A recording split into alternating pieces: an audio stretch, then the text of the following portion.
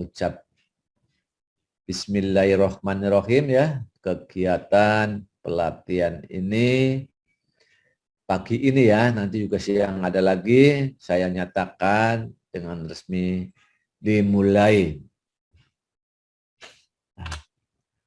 Dan saya akhiri, wabillahi taufiq wal hidayah, wassalamualaikum warahmatullahi wabarakatuh. Waalaikumsalam warahmatullahi wabarakatuh. Ya, baik, Yanda dan Bunda, kita akan lanjut pada acara berikutnya, yaitu materi. Materi yang pertama yang akan disampaikan oleh Bapak Saiful Lokan, SSI MPD. Dengan materi yang akan disampaikan berjudul memaksimalkan kegiatan belajar dan mengajar dengan pemakaian kecanggihan digital. Nah, narasumber kita adalah seorang CEO dan founder iCanDo, dan beliau juga merupakan praktisi pendidikan dengan lebih dari 2 dekade pengalaman dalam mengajar, mengelola, dan juga membangun sekolah, baik kurikulum lokal maupun internasional. Beliau berdedikasi untuk mengembangkan generasi yang lebih baik dengan kompetensi abad 21. Bapak Saiful mempromosikan pendidikan berbasis game melalui iCanDo. Saya yakin Bapak, Ibu, Yana dan Bunda sudah penasaran seperti apa sih dan bagaimana tentang program dari iCanDo ini. Untuk itu waktu dan kesempatan kami serahkan kepada Bapak Saiful. Ya, terima kasih. Selamat pagi semuanya. Terima kasih Mbak Bu Niwal Mars ya untuk sambutannya. Terima kasih juga untuk Pak Haji Sarikun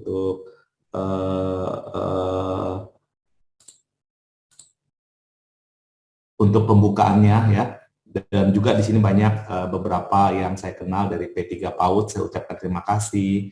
Ada Ketua Pelaksana Pak Suharmaji, ada penanggung jawab dari Kasubag TU Pak Fatul Abab, ada Pak Agus, semua sahabat-sahabat yang lain, dan juga dari Pamong Praja, dan yang terutama Bapak Ibu pengelola sekolah yang saya hormati, terima kasih untuk antusiasnya di pagi hari ini ya. Nah, untuk memulai saya langsung akan izin bagikan layar saya ya. Oke, sebentar.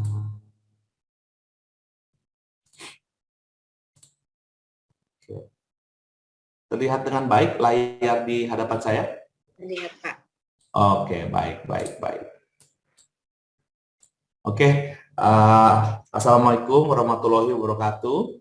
Waalaikumsalam warahmatullahi wabarakatuh. Selamat pagi Bapak Ibu semuanya, salam sejahtera. Terima kasih hari ini di pagi hari ini meluangkan waktu nih untuk belajar bersama-sama ya. Saya mendapat judul bagaimana memaksimalkan kegiatan belajar dan mengajar dengan pemanfaatan kecanggihan digital. Kadang-kadang kita sering menggunakan alat digital dengan kecanggihannya, tapi kita cuma upload dan download aja gitu, masih terbatas, banyak keterbatasannya ya.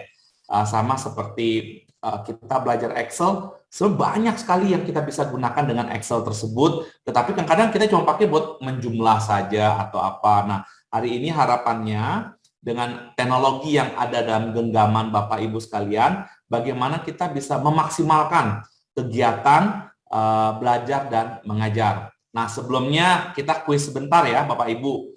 Mungkin cara menjawabnya bisa tulis di kolom chat untuk bersama-sama kita ikut kuis ini ya. Nah, oke. Nah, ini kita ada permainan tebak gambar. Nah, Bapak Ibu tolong tulis di kolom chat, ini kegiatan apa ya? Wah, Bapak Ibu tahu nggak nih? Ini kegiatan apa nih? Ya, silakan. Oke, ada yang bilang field trip. Oke, apalagi? Ini kegiatan apa ini ya? Wah, benar, ada yang study tour, orientasi siswa. Ya. Nah, outing kelas. Ya. Awal sekolah. Ya, betul sekali. Menunggu giliran. Nah, ada tadi beberapa ya yang jawabannya benar ya. Mungkin saya bukakan, saya singkap langsung ya. Saya singkap kegiatannya apa. Wah, kayaknya ada 2 kandidat utama nih, yaitu kegiatan awal sekolah dan juga study tour. Kita lihat mana yang benar nih ya. Oke, siap. 1, 2, 3. Nah, jadi Bapak Ibu yang menjawab orientasi awal sekolah, perkenalan, sosialisasi itu semua benar. Ini adalah potret ya kegiatan awal sekolah yang di Malaysia. Nah, kenapa ditunjukkan di Malaysia? Supaya kita tahu bahwa ternyata antusiasmenya semua sama. Nah, kalau Bapak Ibu lihat ada bapak-bapak nih di sini nih pada kumpul mengantar anaknya. Kayaknya itu kali pertama mereka mengantar dan kali terakhir mereka mengantarkan anaknya nih, bapak-bapaknya. Selebihnya ibu-ibu terus ya. Nah, tapi kita bisa lihat ya, mau di negara Indonesia maupun di Malaysia seperti pada gambar ini adalah potret sukacita dan pengharapan orang tua akan masa depan anak ya. Nah, sekarang nih waktu orang tua mengantarkan anaknya, mereka mengharapkan sekolah untuk bisa membentuk mereka. Nah, masalahnya kalau orang tua ketemu tukang nasi goreng, kemudian minta dibikinin, paling 15 menit sudah langsung ketahuan hasilnya ya. Atau mungkin kalau misalnya orang tua mau minta seorang petani untuk melakukan usaha pertanian, mungkin 6 bulan, 3 bulan kemudian nampak hasilnya.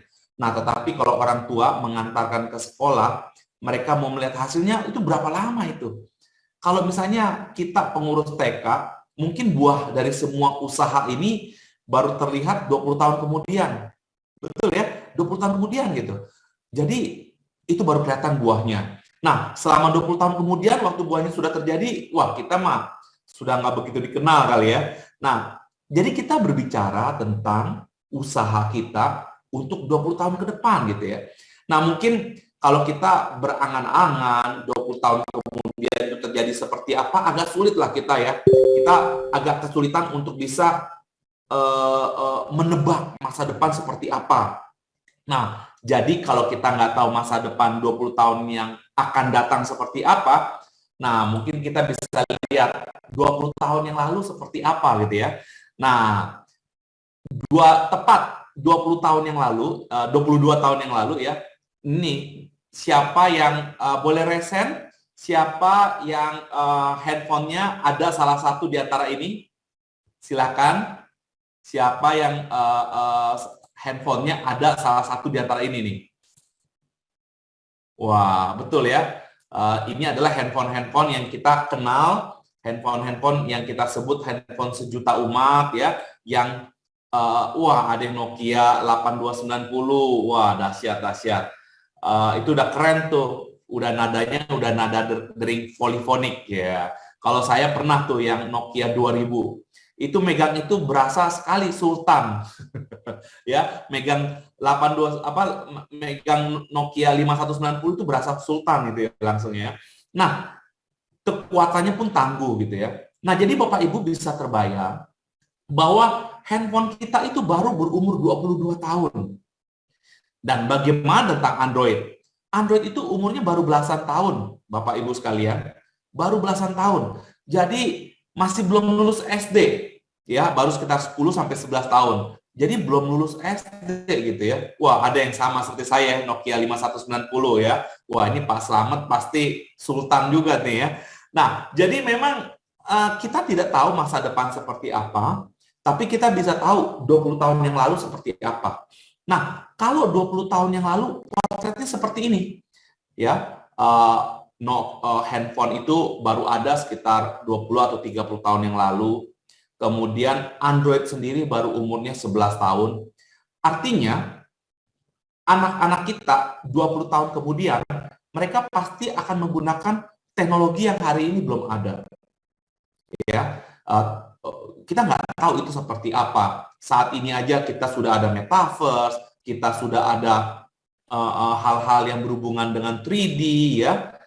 Kita nggak tahu masa depan seperti apa, terutama dalam penggunaan teknologi. Nah, bagaimana tentang lapangan pekerjaan?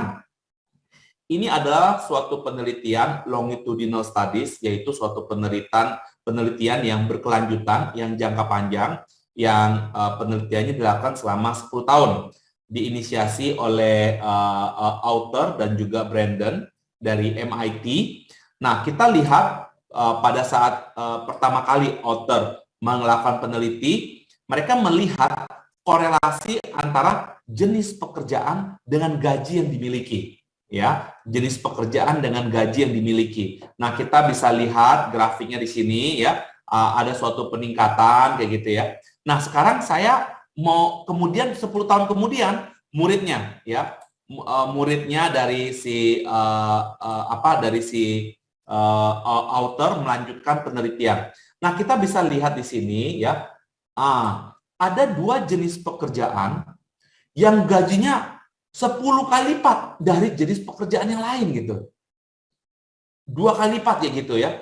Jenis pekerjaannya apa? Nah, tetapi sebelum kita melihat 2 jenis pekerjaan yang gajinya 10 kali lipat dari yang lain, mari kita lihat garis hijau ini. Garis hijau ini menarik. Kenapa? Karena di tahun 70-an, dia nomor 2 gaji paling besar. Nomor 2 gaji paling besar.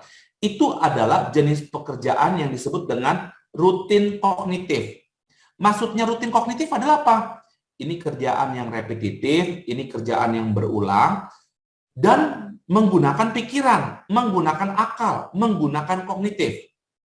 Nah, tetapi Bapak Ibu bisa dilihat, yang di tahun 70-an, ini gajinya nomor 2 paling tinggi, ternyata di tahun 2010, ini gaji yang paling rendah. Pekerjaan rutin kognitif itu seperti apa sih? Yang rutin dan menggunakan pikiran. Contohnya adalah bookkeeper ataupun pembukuan. Nah, jadi Bapak Ibu kalau sekarang nih kita mau membawa anak kita untuk kuliah dan kita masukkan di suatu perguruan tinggi negeri atau perguruan tinggi swasta dan kita bilang, Pak, Bu, saya mau masukkan anak saya untuk pembukuan dong, jurusan pembukuan. Wah, pasti kita diketahuan, Bu, ya ampun, pembukuan sudah musnah, sudah nggak ada lagi jurusannya. Jadi, tenaga kerja pembukuan juga sudah diganti. Diganti dengan Excel. Nggak marahan, nggak ngambekan, nggak minta cuti, nggak sakit, dan nggak minta naik gaji. Itu sesuatu yang stabil. Nah, tetapi saat ini, pekerjaan itu pekerjaan yang punah, bahkan kalaupun ada gaji sangat kecil. Nah, 2 jenis pekerjaan yang gaji tinggi apa dong? Yaitu 2 kegiatan non-rutin interpersonal, nomor 1, dan kemudian non-rutin analitik. Maksudnya non-rutin interpersonal apa? Non-rutin interpersonal adalah suatu pekerjaan yang menggunakan kemampuan untuk berkomunikasi, berkolaborasi, dan itu sifatnya tidak rutin, tidak repetitif. Demikian juga non-rutin analitik. Sesuatu yang tidak repetitif, yang menggunakan kemampuan daya nalar. Seperti misalnya programmer, seperti misalnya data analis, itu semua masuk dalam kategori non-rutin analitik. Nah, sekarang yang menjadi PR kita semua, bagaimana caranya kita menyiapkan anak-anak kita. Nah, ini adalah jenis pekerjaan yang bahkan 10 tahun yang lalu belum ada. Apa itu? Developer iOS, ya. Ada lagi big data. Itu sesuatu yang kita nggak pernah dengar zaman itu ya. Wah, apa itu? Wah, ya. Nah, saya mau memperkenalkan salah satu sahabat saya, nama Mas Ahmad. Mas Ahmad ini di iCanDo adalah lead engineer. Ya. Mas Ahmad di tempat kita ini adalah lead engineer. Maksudnya lead engineer adalah apa? Dia itu memimpin sekelompok orang-orang di dalam pembuatan Android maupun iOS. Nah, tetapi menariknya, latar belakang Mas Ahmad tidak ada sama sekali sangkut pautnya dengan computer science, ya, atau teknik informatika. Latar belakang Mas Ahmad ini adalah S1 Trunojoyo untuk jurusan PGSD. Iya betul, PGSD. Ini PGSD kok bisa menjadi engineer gitu ya. Nah, ini hal yang sama berlaku kalau kita mencari tenaga administrasi di job street. Wah, langsung ribuan orang yang mendaftar, padahal kita cuma perlu 1. Atau kalau kita mencari guru, itu juga nggak sulit lah, kita bisa cari seminggu ada gitu ya. Nah, tetapi kalau kita mencari developer iOS ataupun developer Android, kita cari seminggu yang lamar palingan 5. Sudah itu 5 belum tentu sesuai dengan bidangnya, kadang-kadang salah alamat. Nah, itu menunjukkan betapa langkanya jenis-jenis pekerjaan seperti itu, dan biasanya demand ataupun harganya juga jauh lebih tinggi. Nah, kita tidak tahu ya bagaimana caranya kita mempersiapkan anak-anak kita ya, bagaimana gitu ya. Karena kita tahu anak-anak kita 20 tahun kemudian mereka akan menggunakan teknologi yang hari ini belum ada, masuk lapangan pekerjaan yang hari ini belum ada, dan mereka akan masuk ke dalam jenis-jenis yang bahkan kita belum tahu. Nah, kita mau berkaca kepada bagaimana sih kemampuan Indonesia. Ya, kalau kita lihat Bapak Ibu di sini, Indonesia menurut hasil PISA itu adalah suatu survei pendidikan yang melibatkan banyak negara, melibatkan ribuan anak-anak, dan Indonesia sejak pertama kali kita ikut kegiatan di PISA ini, yaitu di tahun 2001, Indonesia selalu 10 besar dari bawah. Terakhir di tahun 2018, Indonesia peringkat 71 dari 77 negara yang berpartisipasi di dalam kemampuan matematika, kemampuan IPA, dan juga kemampuan membacanya. Nah, sekarang kita lihat lebih detail hasilnya seperti ini. Nah, kalau Bapak Ibu lihat di sini, untuk kemampuan membaca, rata-rata negara lain itu poinnya itu 487 poin. Sedangkan negara Indonesia rata-rata poinnya 371. Sebagai informasi, setiap perbedaan 40 poin artinya terlambat 1 tahun. Jadi kalau perbedaannya 487 ke 371, negara kita telat dibandingkan negara lain sekitar 3 tahun. Sebagai contoh, kalau kemampuan anak SD kelas 6 kita sama dengan kemampuan anak SD kelas 3 negara lain. Nah, itu sesuatu yang tidak enak lah untuk kita bisa bayangkan gitu ya. Nah, kita tahu apa sih yang diukur oleh PISA? PISA itu bukan mengukur sekedar kemampuan menghafal, tapi juga ada 6 kriteria yang sesuai dengan taksonomi Bloom, dimulai dari kemampuan mengingat sampai kemampuan mencipta. Nah, di tahun 2015 diukur kemampuan IPA dari siswa kita, dan kalau dibandingkan dengan kawasan, kita hasilnya tidak begitu baik. Nah, ada indikator yang menunjukkan bahwa anak kita siap menghadapi masa depan, yaitu kalau dia mempunyai kemampuan C4 ke atas, level 4 ke atas, ya, level 4 ke atas. Apa itu level 4 ke atas? Level 4 ke atas itu adalah kemampuan menganalisa, kemampuan mengevaluasi, dan kemampuan mencipta. Jadi kalau anak-anak kita punya kemampuan C4 ke atas, wah, itu bisa dikatakan hidup kita tenang karena anak-anak kita punya kemampuan mengantisipasi masa depan. Nah, kita lihat nih, untuk negara Vietnam, ada 31% siswa mereka yang punya kemampuan level 4 ke atas. Singapura ada 52%. Malaysia 6%, Thailand 5%, Indonesia hanya 2% siswa kita yang punya kemampuan 2%. Punya kemampuan C4 ke atas, hanya 2%. Nah, tetapi Bapak Ibu, jangan kecil hati, bukan berarti tidak terjadi learning. Terjadi learning, tetapi learningnya adalah level 1 ke bawah, yaitu hanya kemampuan mengingat yang sebesar 56%. Jadi mayoritas kebiasaan di dalam proses pembelajaran kita adalah kemampuan untuk menghafal, mengingat, mengulang. Nah, kembali kita kepada topik utama di dalam diskusi kita pada pagi hari ini, yaitu bagaimana teknologi bisa membuat kita efektif dalam proses belajar mengajar. Karena kita tidak ingin bahwa hasil yang sama akan muncul lagi di PISA-PISA selanjutnya, yaitu mayoritas kita didominasi oleh kemampuan mengingat saja. Nah, akhirnya kita kalau nilai ujian kita jelek, apa yang kita lakukan? Kita nyontek soalnya apa sih? Ya. Nah, kemudian kita lihat soal sains di PISA tahun 2015, ternyata soalnya adalah soal tentang game. Gamifikasi soalnya. Jadi ada suatu simulasi, anak-anak itu ada suatu kasus, mereka mengerjakan sendiri, dan kemudian mereka memberi alternatif-alternatif, dan dari sana mereka bisa diukur kemampuannya dari C1 sampai C6. Nah, jadi bisa dikatakan bahwa secara dunia internasional, pedagogi game-based education, sesuatu yang dipercaya merupakan perkawinan antara teknologi dan juga pendidikan yang dipercaya akan memperlengkapi anak dengan kemampuan C4 ke atas, yaitu kemampuan untuk menganalisa, kemampuan evaluasi, dan kemampuan mencipta.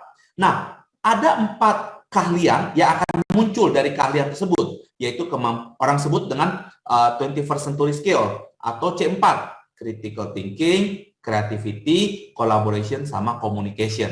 Nah, itu adalah arah penelitian dari beberapa universitas pendidikan yang ternama di dunia. Nah, I Can Do, saya sebagai salah satu founder di I Can Do, dengan latar belakang bangun sekolah ya, jadi 100% di dunia pendidikan, nggak ada latar belakang yang lain. Kemudian dari guru, dari pegawai TU sampai kepada kepala sekolah, kemudian sekitar 10 tahun yang lalu membangun beberapa sekolah di daerah-daerah, dan di tahun 2018 kita kasih yang semua terkoneksi satu sama lain, sehingga baik kepala sekolah,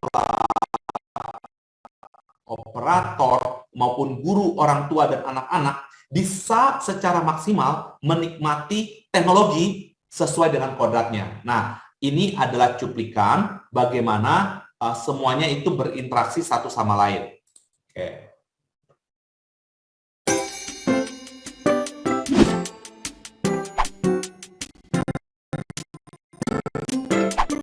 Jadi ketiga aplikasi ini, yaitu anak, orang tua, dan juga guru, mereka ini bisa mengirim tugas yang mereka bikin sendiri ya. Tugas yang mereka bikin sendiri ini adalah ini.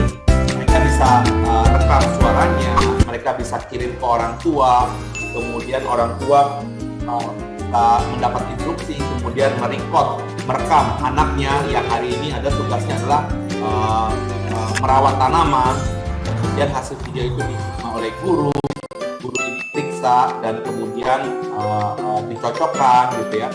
Dan selain itu, guru juga bisa menggunakan 2000 game yang telah kita buat, dan 2000 game itu langsung kepada anak-anak. Nah, sifat dari game-game kita sendiri ini bukan sekedar lecturing, tapi semua benar-benar game ada instant feedbacknya. Ada voice recognition, jadi pengenalan suara, ada pengenalan tulisan. Jadi waktu anak bicara, anak itu menulis langsung ketahuan oleh engine apakah benar atau tidak. Dan semua permainan-permainan dirancang sedemikian rupa sehingga anak menjadi pelaku utama dari pembelajaran. Itu ada ringkasannya. Dan kita tentu banyak Bapak Ibu yang bertanya, waduh, ini anak-anak boleh nggak diperkenalkan kepada gadget? Nah, jadi kita banyak referensi-referensi dari beberapa jurnal. Salah satu referensi utama kita adalah Asosiasi Dokter Anak di Amerika. Nah, jadi I Can Do 100% mengikuti kaidah-kaidah tersebut gitu ya. Nah, apa sih yang dikatakan oleh Asosiasi Dokter Anak ini di dalam salah satu jurnalnya, yaitu jurnal media Young and Mind? Mungkin saya bantu meringkaskannya adalah, pertama, hindari media digital untuk anak di bawah 2 tahun ya. Jadi kita juga nggak mengatakan bahwa anak begitu orok lahir langsung diperkenalkan dengan gadget, itu tidak hal yang baik ya. Jadi semua sumber-sumber cahaya tidak baik gitu ya. Kemudian perlu ada pendampingan ya. Perlu ada pendampingan. Kemudian yang ketiga adalah jangan khawatir untuk memperkenalkan anak dengan teknologi. Intuisi anak jauh lebih baik daripada orang tua, ya. Nah, kemudian untuk anak-anak di bawah 5 tahun, di atas 2 tahun, sebaiknya dibatasi 1 jam per hari, ya, 1 jam per hari. Nah, di I Can Do kita secara ketat menjaga itu dengan cara apa? Kita ada waktunya. Jadi kalau sudah 1 jam, nah, anak itu tidak bisa lanjutkan. Mereka hanya bisa lanjutkan kalau mereka minta izin sama orang tua, dan orang tua artinya memberi otorisasi gitu ya. Nah, kemudian di dalam jurnal ini juga mengatakan orang tua wajib memperkenalkan kepada suatu aplikasi yang sehat Karena kalau tidak memperkenalkan akan jauh lebih bahaya buat anak tersebut. Anak itu akan mencari sumber-sumber yang lain dan itu menjadi sesuatu yang tidak sehat, kayak gitu ya. Dan selain daripada jurnal dari American Academy of Pediatrics, kita juga ada banyak jurnal-jurnal yang lain yang menurut penelitian tersebut game-based education sangat berarti untuk pembelajaran masa depan. Nah, selain itu kita juga mengadakan penelitian sendiri nih yang melibatkan beberapa akademisi. iCanDo saat ini juga telah bekerja sama dengan beberapa universitas seperti UNJ, Trunojoyo, Prince gitu ya. Dan semua adalah bentuk kerjasama di mana kita melakukan penelitian bareng ya. Dan dari hasil penelitian ini kita bisa melihat bahwa kalau dikatakan anak Indonesia hanya 2% yang punya kemampuan C4 ke atas. Nah, salah satu yang kita ukur adalah transfer. Transfer ini di iCanDo ada 68% siswa bisa melakukan transfer. Maksudnya apa? Mereka mengerjakan suatu hal dan dari sana mereka akan terbentuk keahlian dan kemudian mereka bisa mentransfer keahlian tersebut di soal-soal yang baru dan itu sesuatu yang sangat baik sekali. Bahkan Singapura hanya ada 50% lebih. Dan kita bersyukur di awal tahun ini kita dinyatakan sebagai pemenang dunia dari MIT untuk kategori pendidikan teknologi yang khusus untuk daerah Asia Tenggara yang cocok juga untuk anak-anak underserved gitu ya. Dan itu sebelum dari MIT kita di tahun 2020 juga dinyatakan sebagai mitra swasta dari Kemdikbud. Nah, sekarang dalam waktu 10 menit saya akan membagikan bagaimana sih secara prakteknya ya bahwa aplikasi itu bisa membantu dalam proses belajar mengajar. Oke ya. Nah, saya minta izin untuk membagikan layar handphone saya ya. Oke. Sudah terlihat layar handphone saya? Terlihat, Pak. Baik. Nah, jadi di iCanDo kita ada iCanDo sekolah, ada iCanDo untuk anak dan juga iCanDo untuk orang tua. Nah, sebagai informasi karena kita menang dari kompetisi yang diselenggarakan oleh MIT, selain kita dapat pendampingan selama setahun, kita juga dapat dana hibah ya. Nah, dana hibah itu digunakan untuk supaya kita bisa memberikan layanan gratis kepada sekolah-sekolah yang untuk bisa digunakan beberapa bulan lamanya dan juga memberikan pelatihan-pelatihan gratis untuk bisa dinikmati oleh sekolah-sekolah dan kita bersyukur kerjasama dengan P3 PAUD memungkinkan hal yang terjadi dan kalau Bapak Ibu melihat ini bisa membantu, Bapak Ibu bisa mendaftar dan bisa menikmati aplikasi ini secara gratis untuk beberapa lama sehingga teknologi bisa kita gunakan secara maksimal. Nah, tentu ini adalah ringkasannya, jangan terlalu khawatir, wah kok jadi rumit gitu ya, karena nanti akan ada pendampingan dari tim kita ya. Nah, tapi saya akan memperlihatkan dahulu secara singkat iCanDo Sekolah. Nah, jadi di iCanDo Sekolah bisa dikatakan apa sih iCanDo Sekolah?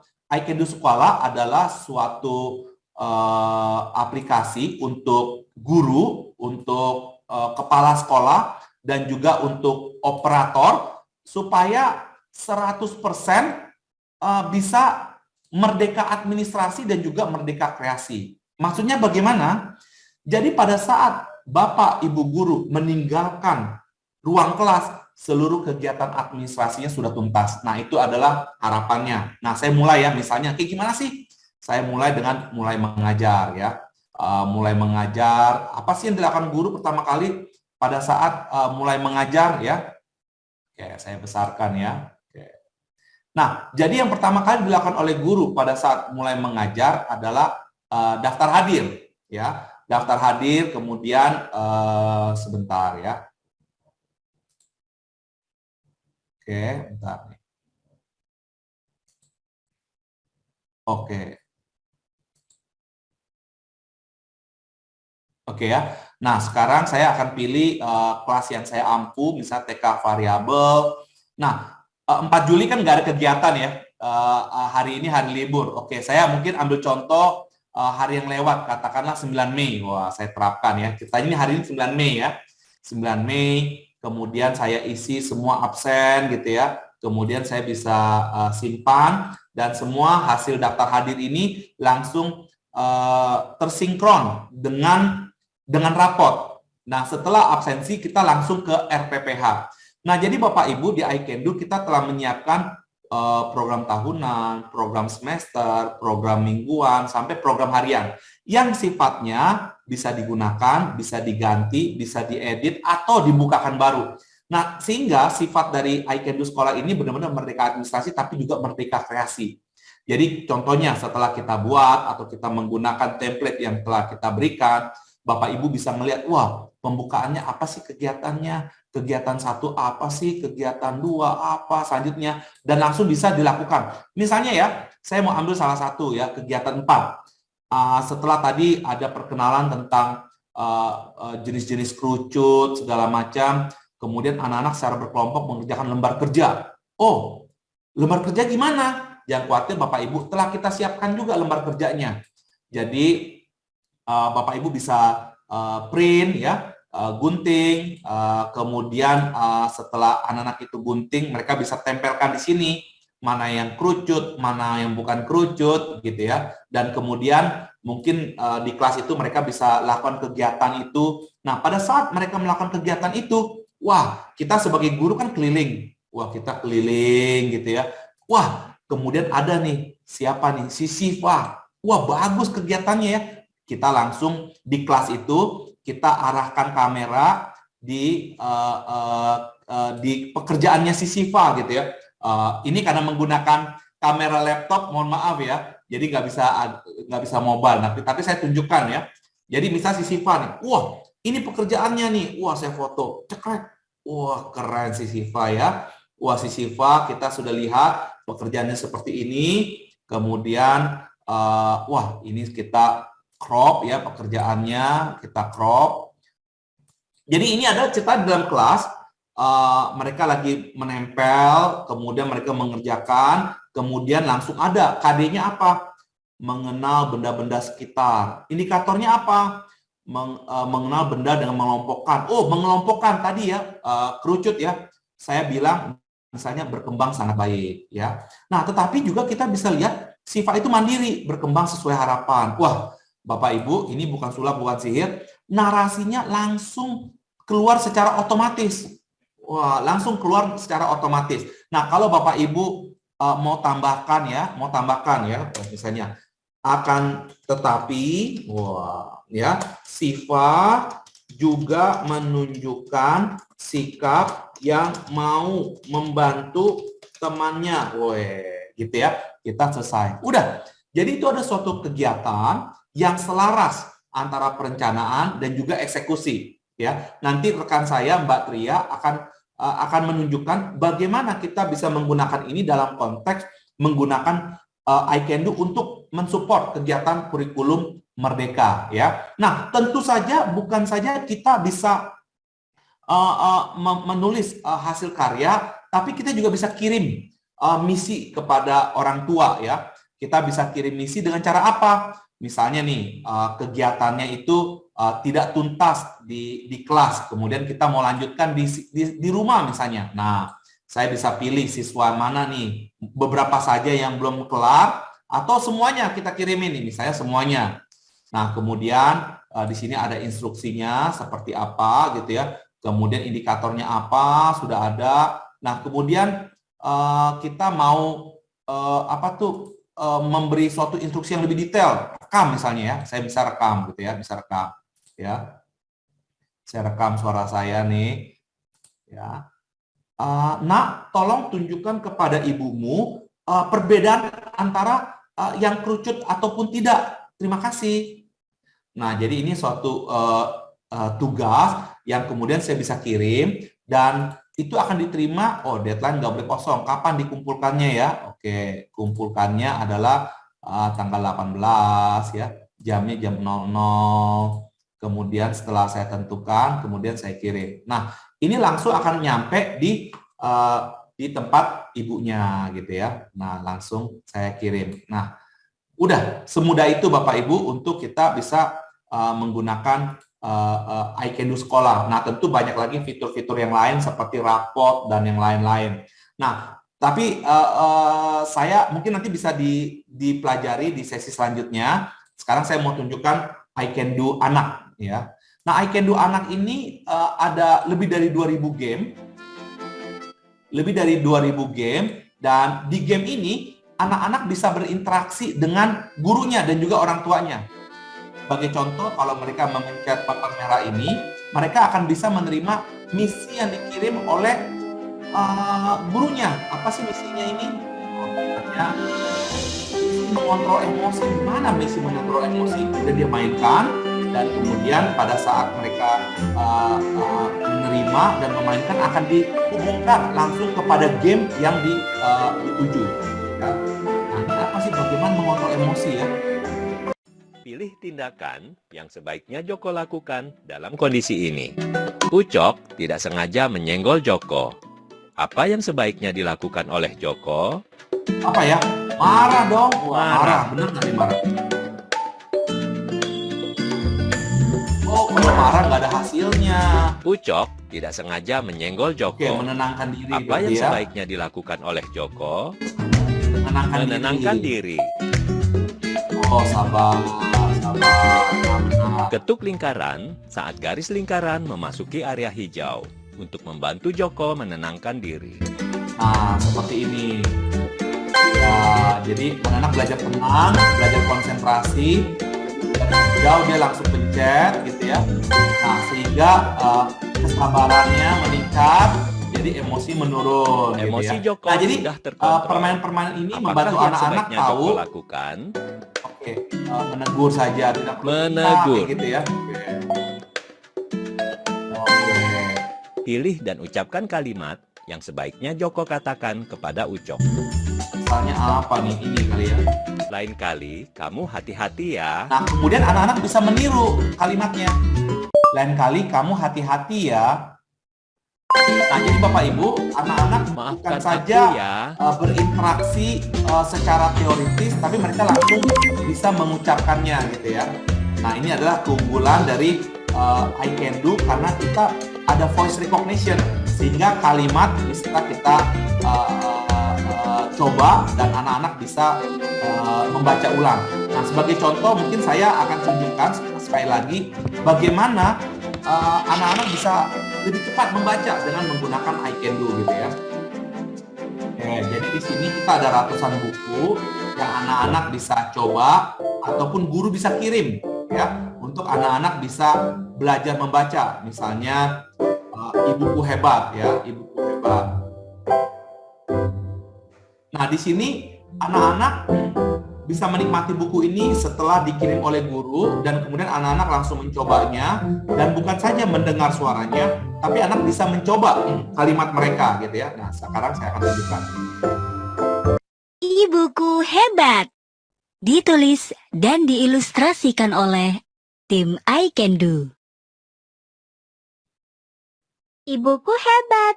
Ibu selalu bekerja dengan penuh semangat. Nah, kemudian anak-anak bisa coba. Ibuku biasa saja. Oh, salah, nggak boleh ya. Ibuku hebat. Nah, jadi kita ada fitur pengenalan suara, sehingga anak-anak bukan saja didampingi untuk membaca, tapi anak-anak bisa mencoba untuk membaca. Nah, secara kognitif, anak-anak untuk mendapat instant feedback ataupun bukan secara langsung, itu sangat berarti di dalam proses pembelajaran. Karena pada saat ini anak itu mau mencoba, saat itu juga mereka bisa lakukan dan mereka tahu hasilnya. Dan itu sangat berarti. Nah, bagaimana dengan hal yang lain? Misalnya kemampuan sains, kemampuan berhitung. Nah, jangan khawatir Bapak Ibu, 2000 game yang ada di I Can Do, dan anak secara efektif mencoba kemampuan-kemampuan tersebut. Nah, misalnya kita mampir ya di salah satu jenjang, jenjang yang di tengah saya sebut ada jenjang TKA ya, namanya Pulau Pengelana. Nah, di sini setiap pulau ada banyak bagian-bagian gitu ya, mengenal alam, berhitung, membangun kebiasaan baik ya, dan juga kegiatan sehari-hari. Misalnya saya ambil salah satu contoh yang sering saya gunakan, yaitu misalnya, oke lah, berhitung dulu lah ya. Bagaimana sih mengajar anak calistung dengan aman gitu ya, Banyak di antara kita bilang, wah nggak boleh mengajar berhitung sejak kecil gitu ya, karena nggak baik.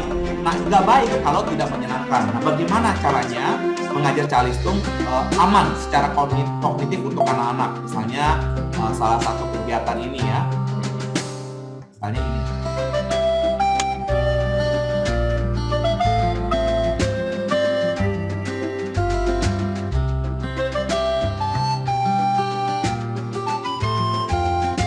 Ambil dan letakkan pipa yang tepat untuk membersihkan air kolam. Nah, jadi ada suatu bentuk visual, mereka bisa tahu kalau misalnya ini kependekan ya, mereka tahu kalau ini kepanjangan nih.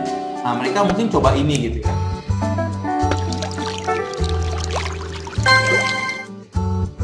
Tiga dan 7 menjadi 10.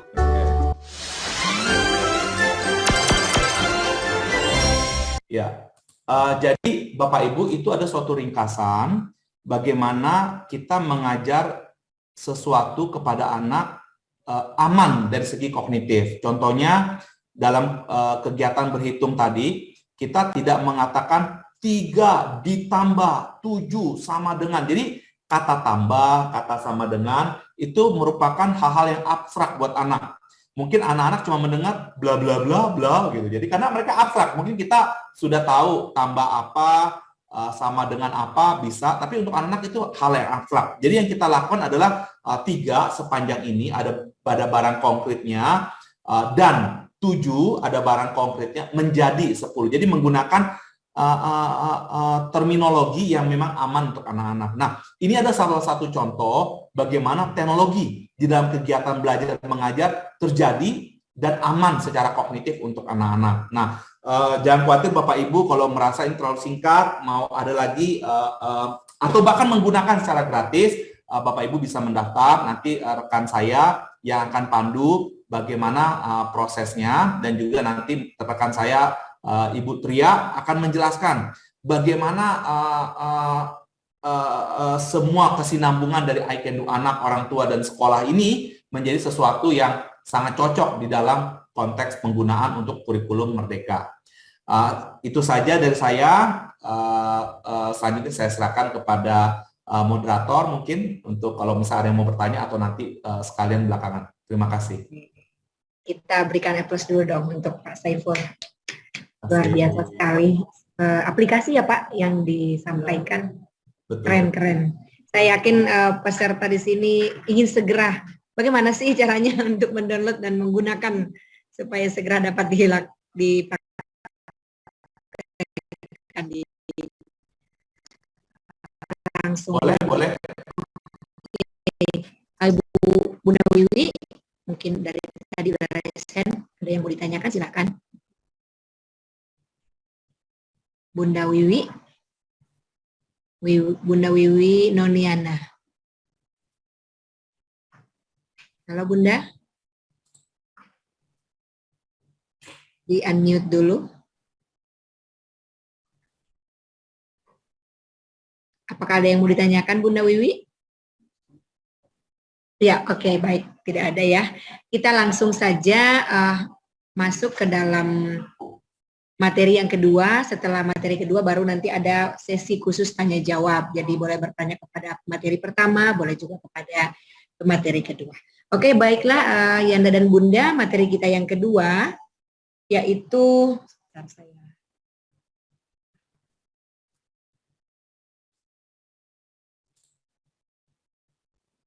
adaptasi kurikulum Merdeka dengan I Can Do. Ya, up-to-date sekali ya ilmunya. Adaptasi kurikulum Merdeka dengan I Can Do yang akan disampaikan oleh Ibu Tria Sulfiana. Beliau adalah Kepala Divisi Kurikulum I Can Do, seorang pendidik yang memiliki pengetahuan 10 tahun di berbagai negara dengan berbagai kurikulum dan berhasil menyelesaikan pendidikan Master TESOL dari University College London, Institute of Education, Department of Communication, Kultur, dan Media. Saya yakin juga bahwa pemateri kita juga hebat dan luar biasa dan Yanda dan Bunda tentunya sudah tidak sabar untuk mendengarkan seperti apa sih yang akan disampaikan oleh Ibu kita, Ibu Tria. Waktu dan kesempatan kami berikan. Baik, selamat pagi. Apakah saya terdengar jelas? Terdengar jelas, Ibu. Baik. Selamat pagi juga Ibu Niwal Mas. Terima kasih sudah memperkenalkan. Mohon izin pada bapak-bapak, ibu-ibu dari P3 PAUD dan Dikmas, ya. Izin kita diskusi bersama dalam kesempatan kali ini. Saya diminta membawakan materi untuk implementasi kurikulum Merdeka Belajar dengan I Can Do, seperti itu. Ya, kita diskusi aja bareng-bareng, mungkin bisa lebih santai sama Bunda Yanda ya. Kalau mau ada yang komentar, mau ada yang langsung ditanyakan, boleh langsung chat di kolom chat gitu ya. Nanti mungkin ada teman-teman yang bisa bantu saya untuk menggunakan. Nanti saya juga bisa lihat kolom chatnya gitu ya. Oke, gimana? Apa kabar Bunda Yanda? Gimana nih? Boleh sambil di-unmute juga boleh. Saya senang kok sambil ngobrol sebenarnya. Semoga baik-baik semua ya. Luar biasa semangatnya pada pagi hari ini gitu ya. Kita tahu mungkin Bunda Yanda sedang dalam masa persiapan. Ya. Belum punya Bunda Yanda mungkin sedang dalam masa persiapan menyambut awal tahun ajaran, begitu ya.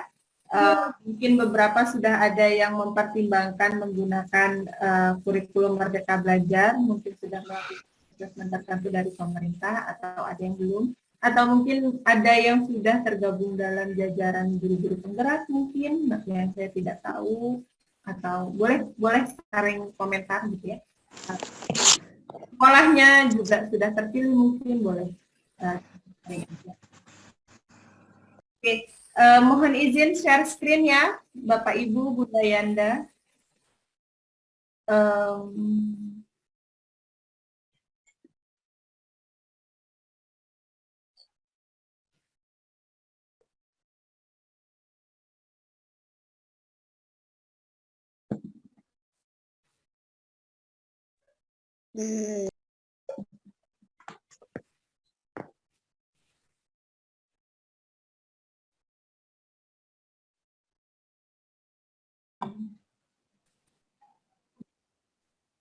Oke, masih loading.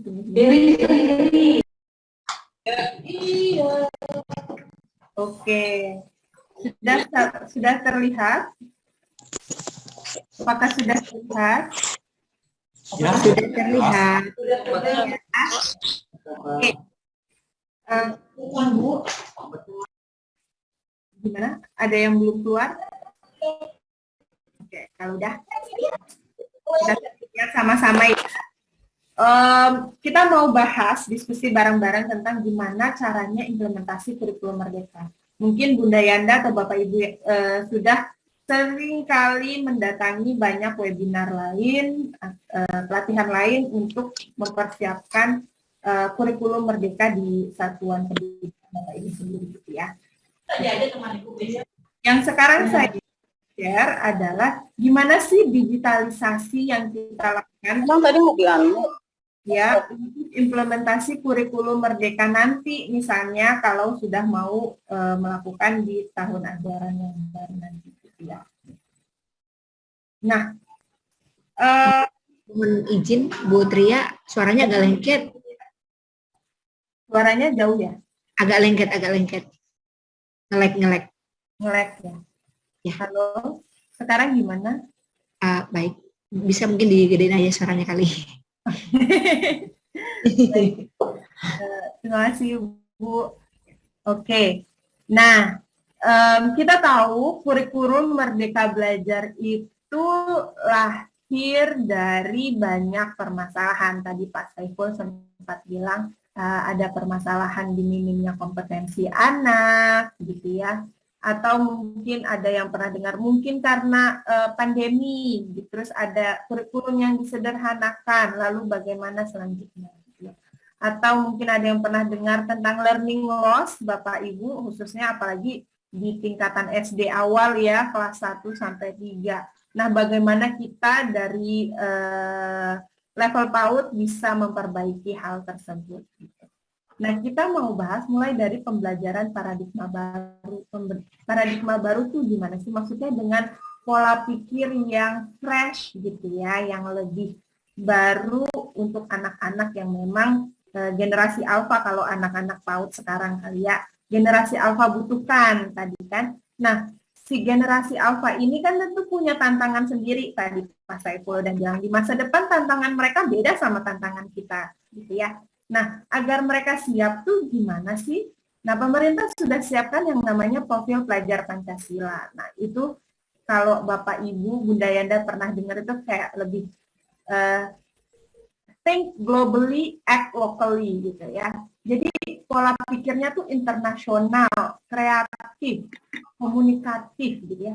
Tapi value-nya tuh tetap value-nya orang-orang Indonesia yang sopan, yang suka bergotong royong, kayak gitu. Nah, gimana kita menanamkan itu dari anak-anak kita yang masih di PAUD gitu kan.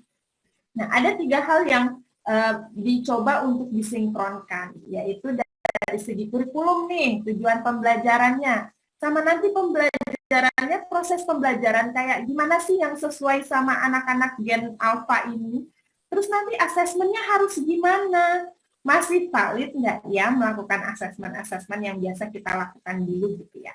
Nah, saya mau diskusi sama teman-teman, mau berbagi sama teman-teman Bunda Yanda, gimana I Can Do ini bisa memfasilitasi ketiga hal tersebut gitu ya. Oke. Nah, untuk Bunda Yanda yang mau melakukan atau mengimplementasikan kurikulum Merdeka tahun ajaran depan mungkin sudah melalui tahapan-tahapan ini ya. Mulai dari memahami garis besarnya kurikulum Merdeka, apa sih perubahannya? Bedanya di mana sih di PAUD? Loh, ini gimana nih? Ada capaian pembelajaran tapi ada STNPA, terus STNPA masih dipakai apa enggak gitu ya. Mungkin Bunda Yanda udah mulai mempertanyakan hal-hal kayak gitu. Betul. Ya. Terus gimana caranya memahami pembelajaran dan asesmen yang baru gitu kan ya. Yang dimaksudkan pemerintah lewat kurikulum Merdeka ini, pembelajarannya tuh harus gimana sih? Asesmennya tuh harus gimana sih gitu ya. Mungkin sudah mulai mempelajari itu. Nah, tentu di masa persiapan, kalau zaman dulu saya jadi guru nih, mulai minggu-minggu liburan gini, gurunya tetap masuk ke sekolah biasanya ya, mempersiapkan tahun ajaran berikutnya. Nah, mungkin sedang ada di tahap ketiga, gimana mengembangkan kurikulum operasional sekolah. Jadi dari atas kurikulum Merdekanya gimana, Bunda Yanda mungkin sekarang lagi mempersiapkan kurikulumnya mau bagaimana, apa yang harus dilakukan gitu ya. Nanti persiapan apa yang harus disiapkan untuk anak-anak di tahun ajaran berikutnya. Gitu ya. Lalu terakhir mungkin, kalau Bunda Yanda sudah mendalami kurikulum Merdeka, pasti tahu bahwa ada penguatan yang cukup besar untuk pembelajaran berbasis proyek atau proyek. Proyeknya nggak sembarang proyek, proyeknya harus bisa mengembangkan profil pelajar Pancasila. Nah, gimana cara mengembangkannya itu ya? Nanti saya akan senggol sedikit di tahapan ketiga dan keempat ya, semoga bisa membantu Bunda Yanda untuk tahun ajaran berikutnya. Oke, nah kita tahu untuk sekolah-sekolah mandiri yang ingin melakukan kurikulum Merdeka, gitu ya, bukan sekolah penggerak yang memang sudah dipilih, itu ada 3 pilihan. Pertama, mandiri belajar, mandiri berubah, dan mandiri berbagi. Nah, Bunda Yanda mungkin dari kepala sekolah atau operator juga bisa dan guru-guru bisa merenungkan di sekolah stage mana atau tahapan mana yang lebih cocok untuk kesiapan sekolah masing-masing. Ya. Kalau mandiri belajar tuh gimana? Oh ya udah kurikulumnya pakai 2013 aja dulu. Kita masih kembangin dari KIKD, dari STTPA yang ada. Ya. Tapi gimana? Oh, tapi pelaksanaannya harus sudah menggunakan prinsip-prinsip Merdeka Belajar. Ya. Prinsip-prinsipnya apa aja nanti kita bahas lebih lanjut. Terus yang kedua apa? Oh, kita pengen mandiri yang pilihan yang mandiri berubah misalnya. Kita udah siap nih pakai perangkat pembelajaran baik itu dari pemerintah atau mungkin dari berbagai pihak yang mungkin sekarang sudah mulai bertebaran di dunia maya gitu ya. Dan mungkin ada juga nanti bahan dari iCanDo. Nah, itu juga sudah disediakan, nggak bikin sendiri intinya, tinggal pakai. Tapi sudah Parah. ya. Terakhir, kalau sudah siap banget gitu ya, pakai yang mandiri berbagi gitu. Udah benar-benar bikin sendiri nih dari capaian pembelajaran kurikulum Merdeka, benar-benar bikin sendiri dan siap untuk sharing ke orang lain. Nah, yang mau saya sampaikan adalah pilihan tahapan apapun yang Bunda Yanda mau lakukan di sekolah gitu ya, baik itu mandiri.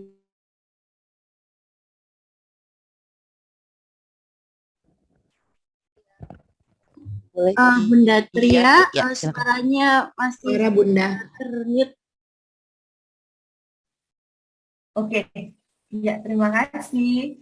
Nah, ya saya ulang lagi. Jadi saya mau utarakan ke Bapak Ibu Bunda Yanda, mau tahapan apapun gitu ya, mau tahapan mandiri belajar, mandiri berubah, mandiri berbagi gitu ya, pakai iCanDo pasti bisa. Tadi udah lihat iCanDo ada aplikasi untuk guru, untuk orang tua, untuk siswa gitu ya. Jadi dengan pembelajaran dengan paradigma baru, yang penting adalah sinergi antara semua pelaku pendidikan ini untuk siapa? Untuk kebaikan anaknya.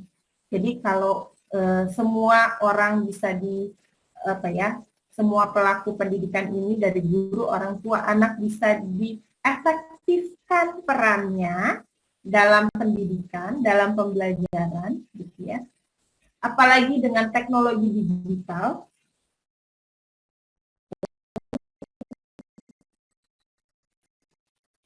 Ya, pasti si anaknya mendapatkan pendidikan yang berkualitas, bisa mengembangkan kemampuan-kemampuan yang dia butuhkan untuk masa depan mereka. Terus orang tua sama gurunya gimana? Ya kitanya mungkin kerjanya jadi lebih efisien, gitu ya, punya banyak waktu lagi untuk keluarga. Seperti itu. Oke, saya lanjut ya.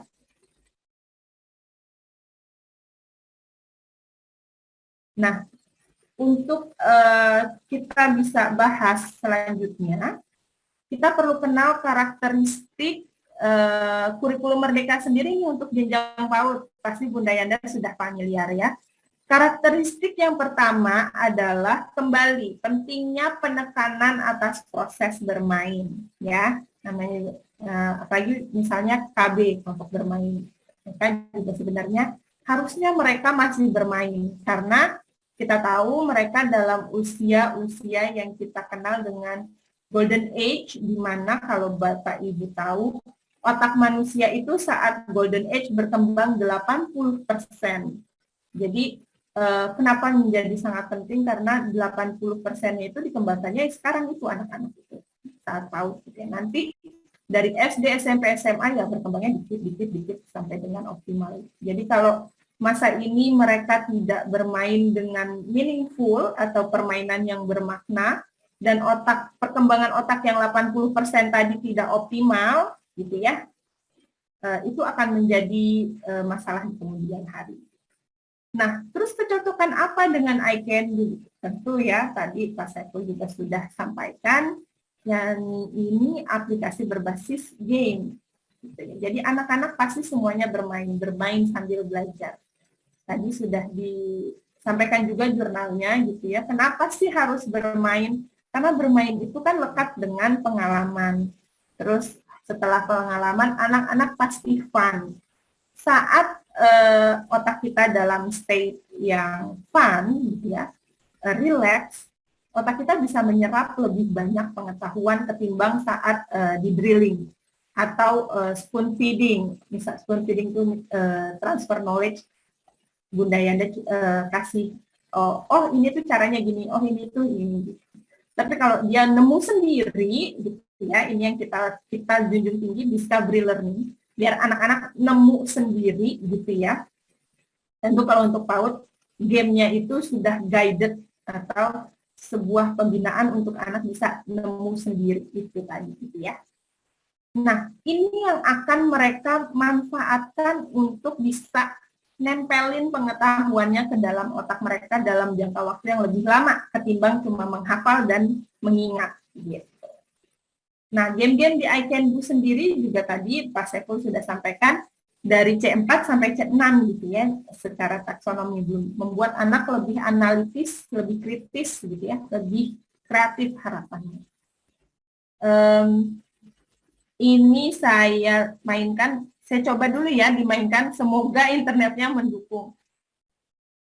Tadi Pak Saiful juga sudah play beberapa contoh game, saya tambah beberapa contoh lainnya saja, semoga internetnya mendukung.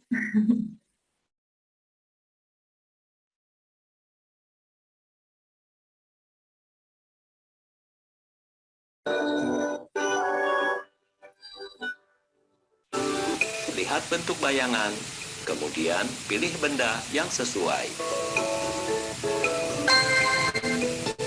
Geser benda ke kiri atau ke kanan untuk menghasilkan bayangan dengan tinggi yang sesuai.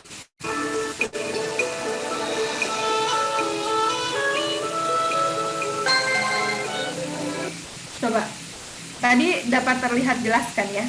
Bayangin dari game kayak gitu, anak bisa paham kalau mendekati atau menjauhi cahaya, itu bayangannya akan berbeda tingginya. Bayangkan betapa sulitnya ngajarin itu ke anak-anak gitu ya kan? Kalau kita tidak menggunakan permainan atau mencoba sendiri gitu ya. Nah, tadi di pembukaan Pak Syahri pun juga pernah menyebutkan gitu ya, mungkin kalau anak-anak itu kan memang nature-nya bermain, mungkin harus enaknya kalau sekarang sudah bisa tatap muka langsung gitu ya, mungkin ada Bunda Yanda yang masih terhambat harus separuh-separuh atau masih ada blendednya, mungkin ini bisa jadi jalan keluar gitu ya. Nah, nanti di pembahasan saya mengenai RPP-nya atau modul pembelajarannya, nanti saya bisa sampaikan lebih lanjut tahapannya seperti apa, bagaimana permainan ini bisa saling complementary gitu, bisa saling melengkapi sama apa yang Bunda Yanda bisa lakukan di sekolah gitu. Jadi harapannya anak-anak tetap bisa belajar dengan maksimal. Oke. Ambil dan letakkan barang yang sesuai agar bola dapat masuk ke lubang. Jadi yang saya tampilkan ini adalah contoh-contoh pembelajaran berbasis STEM. Jika Bapak Ibu tahu, Bunda Yanda tahu, STEM itu Science, Technology, Engineering, dan Mathematics. Gitu ya. Banyak sekolah-sekolah yang mungkin sekolah mahal atau mungkin sekolah di luar negeri gitu ya, sudah menerapkan itu. Nah, I Can Do menghadirkan permainan-permainan yang dapat mengasah kemampuan STEM anak gitu. Jadi apalagi sekarang dengan hibah tadi yang Pak Saiful katakan, Bunda Yanda bisa coba secara free untuk anak-anak gitu ya. Jadi memang tujuan kami semua orang, semua anak di ujung belahan Jakarta, sebelah manapun tetap bisa dapat pembelajaran yang inovatif gitu. Bahkan untuk matematikanya kita ambil pendekatannya dari Singapura gitu ya. Jadi pembelajaran permainannya itu sama anak Singapura bisa sama gitu.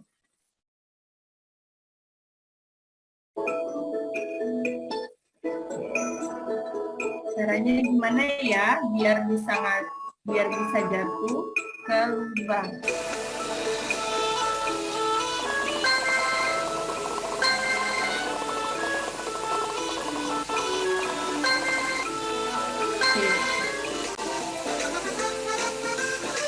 Tadi kalau Bunda Yanda lihat di sebelah kanan bawah ada tombol ulangi. Jadi kita mengendorse anak-anak tuh bisa juga sama trial and error.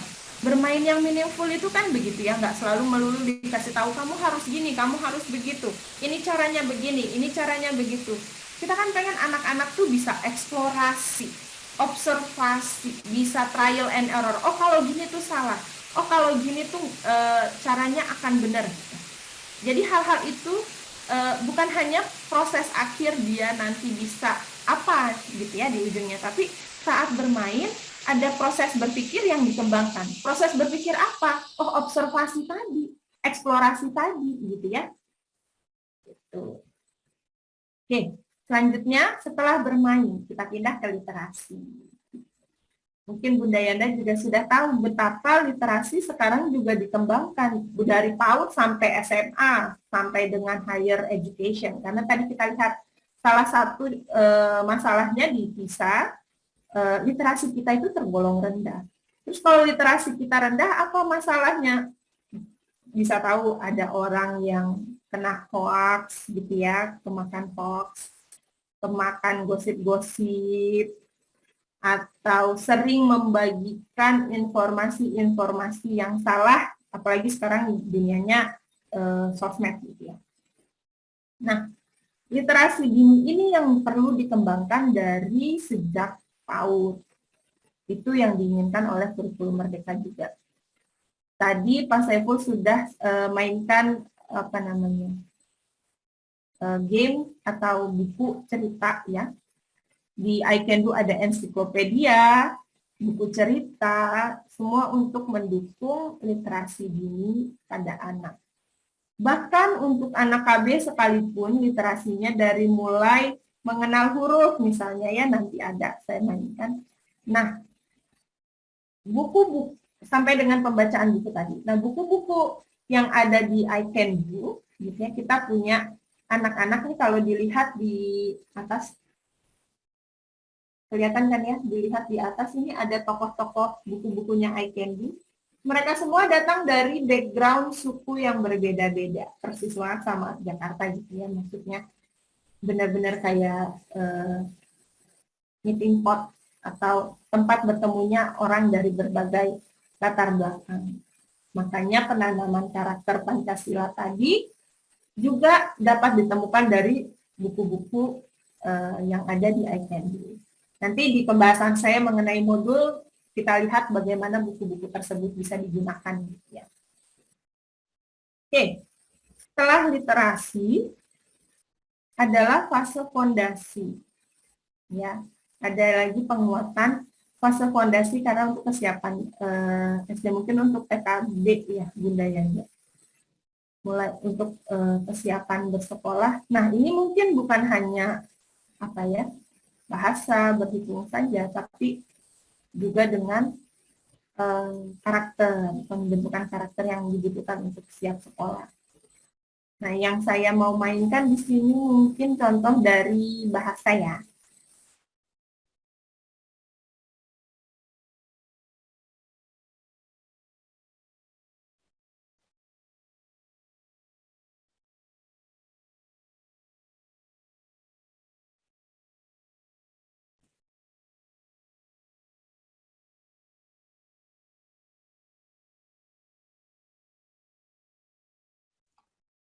Suaranya nggak keluar, Bun.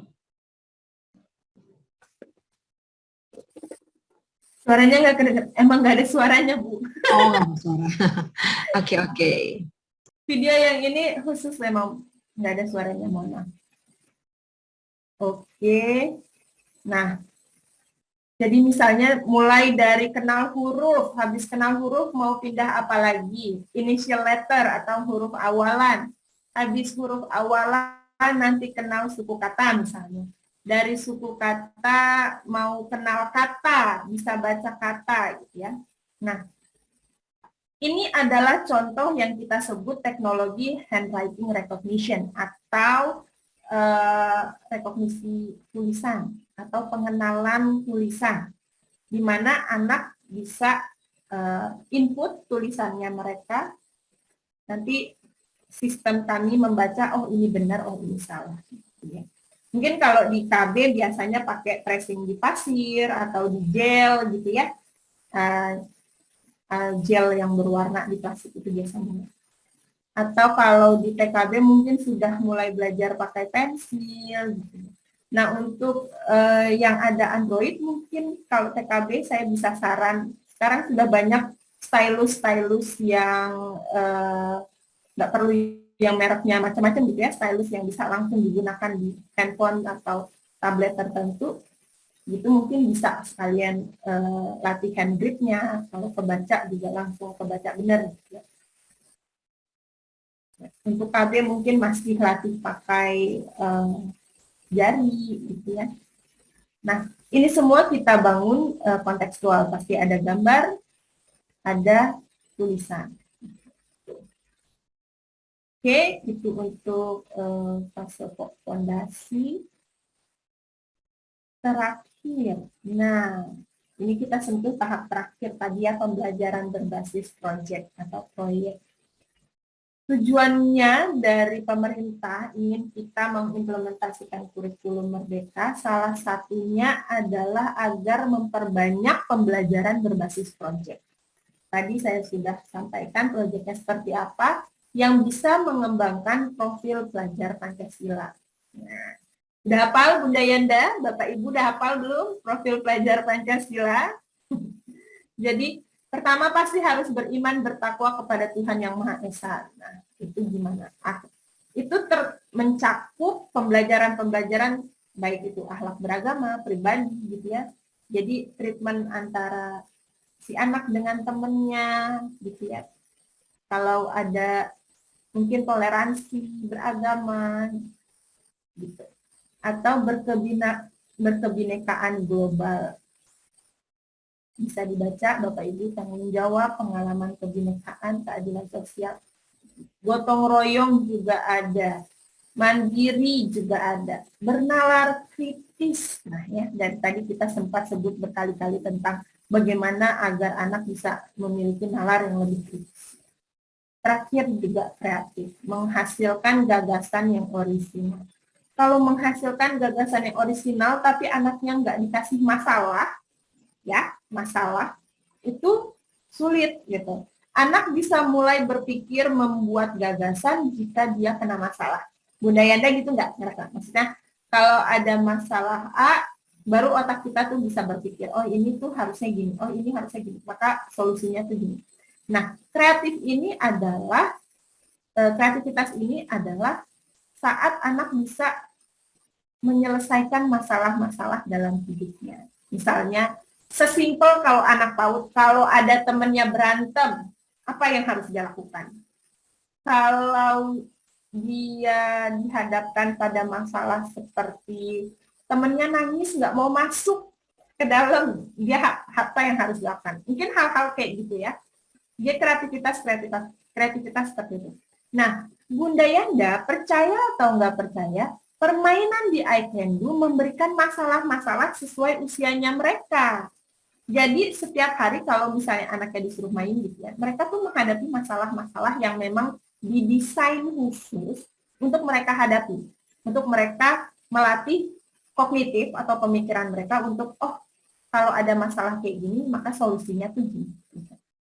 Hal seperti itu adalah sesuatu yang harus dilatih tiap hari, nggak bisa kita mengharapkan gitu, misalnya dalam 1 tahun proyeknya itu misalnya kita lakukan 1 bulan, gitu ya. Lalu kita mengharapkan ada hasil kreativitas yang tinggi pada saat jenjang 1 bulan itu aja. Sebelumnya 5 bulan sebelumnya nggak dilatih, itu kan sulit ya. Nanti pada saat pembelajaran proyeknya itu nanti akan sangat sulit mendampinginya. Jadi bagaimana alangkah baiknya kalau sudah dipersiapkan sejauh dari sebelum-sebelumnya, nanti masuk ke fase proyek. Jadi pada saat fase proyek, kognitif mereka itu sudah sangat terlatih untuk bisa menghasilkan proyek-proyek yang sangat baik. Oke. Nah, saya mau hadirkan beberapa contoh judul-judul proyek yang mungkin Bunda Yanda sudah sempat lihat berseliweran di internet gitu ya. Gimana caranya melakukan proyek based learning, terus tapi pakai I Can Do gitu ya. Oke. Pertama, saya ambil judul Aku Sayang Bumi. Oke ya. Daripada kita kasih tahu kalau kamu sayang bumi, kamu harus melakukan A, B, C gitu ya. Lebih baik anaknya dilatih. Misalnya ada game, ini namanya Eben. Tokoh I Can Do ini namanya Eben, Bunda Yanda. Eben ini dari Kupang. Dia sangat cinta lingkungan. Dia olahraga. Saat olahraga dia keringetan. Kita kasih, kalau kamu keringetan, sebaiknya kamu gunakan apa ya? Apa sapu tangan, apa tisu. Terus saat dia haus, kalau kamu haus, baiknya pakai apa ya? Sedotan plastik atau sedotan besi. Hal-hal seperti itu. Atau bisa juga, tadi misalnya akhlak, mau masukkan nilai akhlak sayang terhadap makhluk Tuhan, salah satunya tanaman. Ditambah kemampuan mengenal alam, kebutuhan-kebutuhan tanaman apa aja, gitu ya. Nah, dilatih dulu pakai ini. Kalau tanamannya layu, dia butuh apa ya? Bisa dilihat di atas nih, 3 tombol. Apakah dia butuh udara, maka toplesnya harus dilepas. Apakah dia butuh matahari, maka hordengnya harus dilepas. Apakah dia butuh air, maka harus siram pakai ini, penyiram tanaman, gitu ya. Jadi kalau zaman kita kecil tuh kayak main Tamagotchi gitu ya. Seperti itu kurang lebih. Selanjutnya contohnya, recycle. Kalau zaman saya ngajar lumayan. Nah, lumayan sulit gitu ya. Apakah saya yang siapkan sampahnya atau anak-anak bawa sampah sendiri dari rumah gitu ya. Baru anaknya diajarkan memilah sampah mana yang bisa didaur ulang. Seperti itu. Nah, hal-hal seperti ini kalau misalnya dijadikan latihan dari jauh-jauh hari sebelum proyeknya gitu ya, sudah tertanam tuh informasinya, knowledge-nya bahwa oh ini tuh harusnya gini, oh ini tuh salah, oh ini tuh benar. Maka saat proyeknya kita tanya, kamu kalau mau bikin proyek Aku Sayang Bumi kira-kira apa ya, misalnya kita minta dia tanam tanaman beneran. Pasti dia sudah tahu, oh kalau saya menanam tanaman ini caranya tuh harus gini, caranya tuh harus gini. Tanpa kita harus ngasih tahu, ini harus gini loh nak, ini harus gini loh nak. Juga untuk misalnya pemilahan sampah seperti ini, misalnya proyeknya adalah bikin poster yuk, gitu. Pasti dia sudah tahu gitu, di mana letaknya, hal-hal seperti itu. Itu yang kita harapkan. Oke, ini contoh lain untuk Aku Cinta Indonesia, gitu, misalnya ya. Ada beberapa hal dia harus matching klasifikasi, gitu ya. Atau judul proyek lainnya, bermain dan bekerja sama. Kalau dia melakukan sesuatu, baiknya sendiri atau ajak temannya. Ini kan kita mau mengajarkan gotong royong sebenarnya. Oke. Nah, kira-kira begitu untuk dari konten I Can Do-nya sendiri, I Can Do anak. Sekarang saya mau masuk ke pembelajarannya nih, ke modulnya. Di mana modul yang kami siapkan di I Can Do sekolah bisa mengakomodasi pembelajaran yang tadi saya sempat paparkan. Gitu. Tentu ya, tadi sudah dikatakan sejak awal, I Can Do sekolah pasti mengakomodasi keinginan Bunda Yanda untuk pakai kurikulum apapun. Jadi ini semua bisa disesuaikan, gitu ya. Mau disesuaikan bagaimanapun itu terserah Bunda Yanda. Tapi kalau mau pakai modul dari kita pun tiap hari sudah terjadwal, ya monggo, silakan. Tapi yang namanya kurikulum merdeka, makanya ada kurikulum operasional sekolah, karena pasti Bunda Yanda adalah agen-agen terbaik yang memahami visi misi sekolah masing-masing, memahami input siswanya masing-masing, karakteristik siswanya masing-masing, maka pasti penyesuaiannya yang tahu itu Bunda Yanda sendiri, gitu ya. Nanti gimana kalau mau menyesuaikan, nanti ketemu lagi sama tim kami, ada Bunda Kiki sama Mbak Lydia yang bisa menjelaskan lebih lanjut. Saya mau kasih pengenalan di awal aja gitu ya. Ini adalah default RPP yang ada di dalam I Can Do sekolah.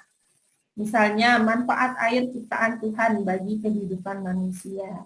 Jadi belajarnya tuh manfaat air, mengenal alam, tapi kaitannya dengan akhlak tadi, ya. Terus di hari selanjutnya ada membuat grafik jumlah benda yang terapung.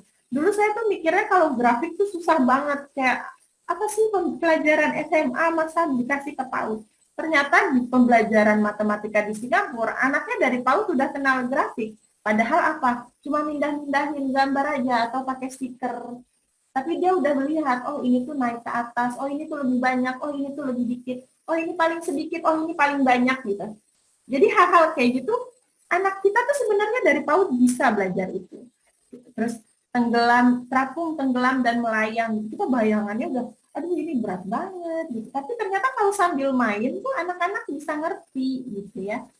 Terus mengenal konsep membeku dan mencair. Anak-anak kita, kalau anak saya paling senang karena sering nongkrong di dapur sama mamahnya gitu ya. Jadi paling senang ini. Nah, gimana secara digital ini bisa dihadirkan ke semua anak. Jadi semua anak bisa punya experience atau pengalaman belajar yang sama gitu ya.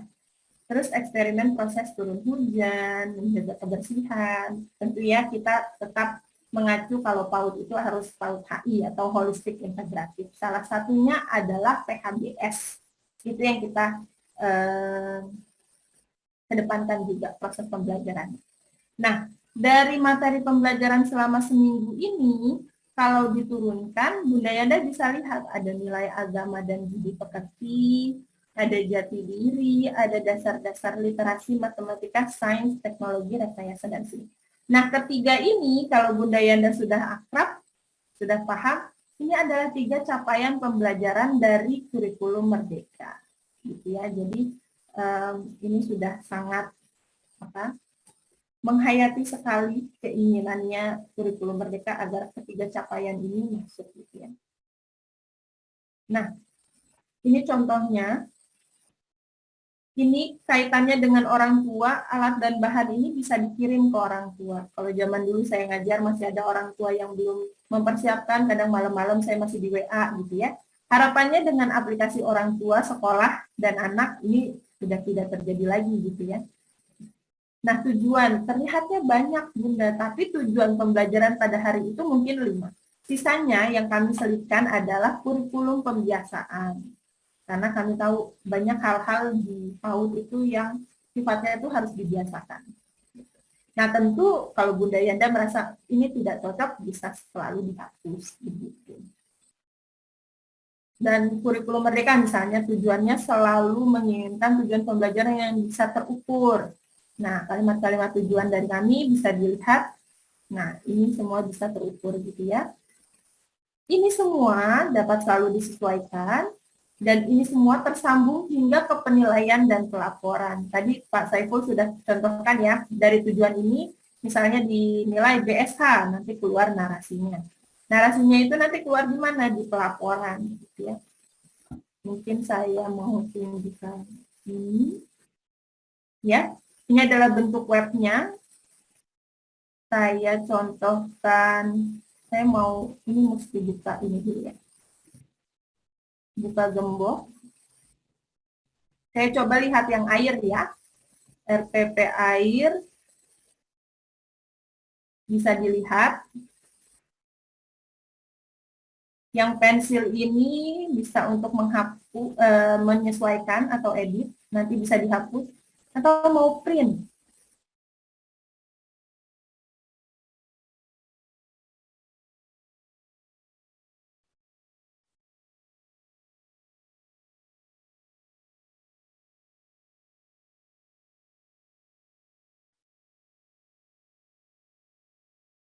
Oke. Ini untuk mingguannya. Ya, selalu bisa di-print. Kalau untuk RPPH-nya, iya.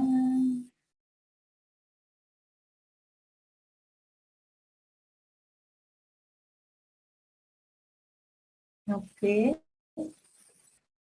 Bisa langsung di-print. Ya, ada lampirannya nanti gimana. Nah, ini adalah salah satu contoh bagaimana buku cerita tadi ya yang ada di aplikasi anak bisa digunakan sehari-hari gitu. Ya, ini bisa dipilih mau hari apa. Oke. Kira-kira begitu. Nah, saya lanjut ke tahapan belajarnya.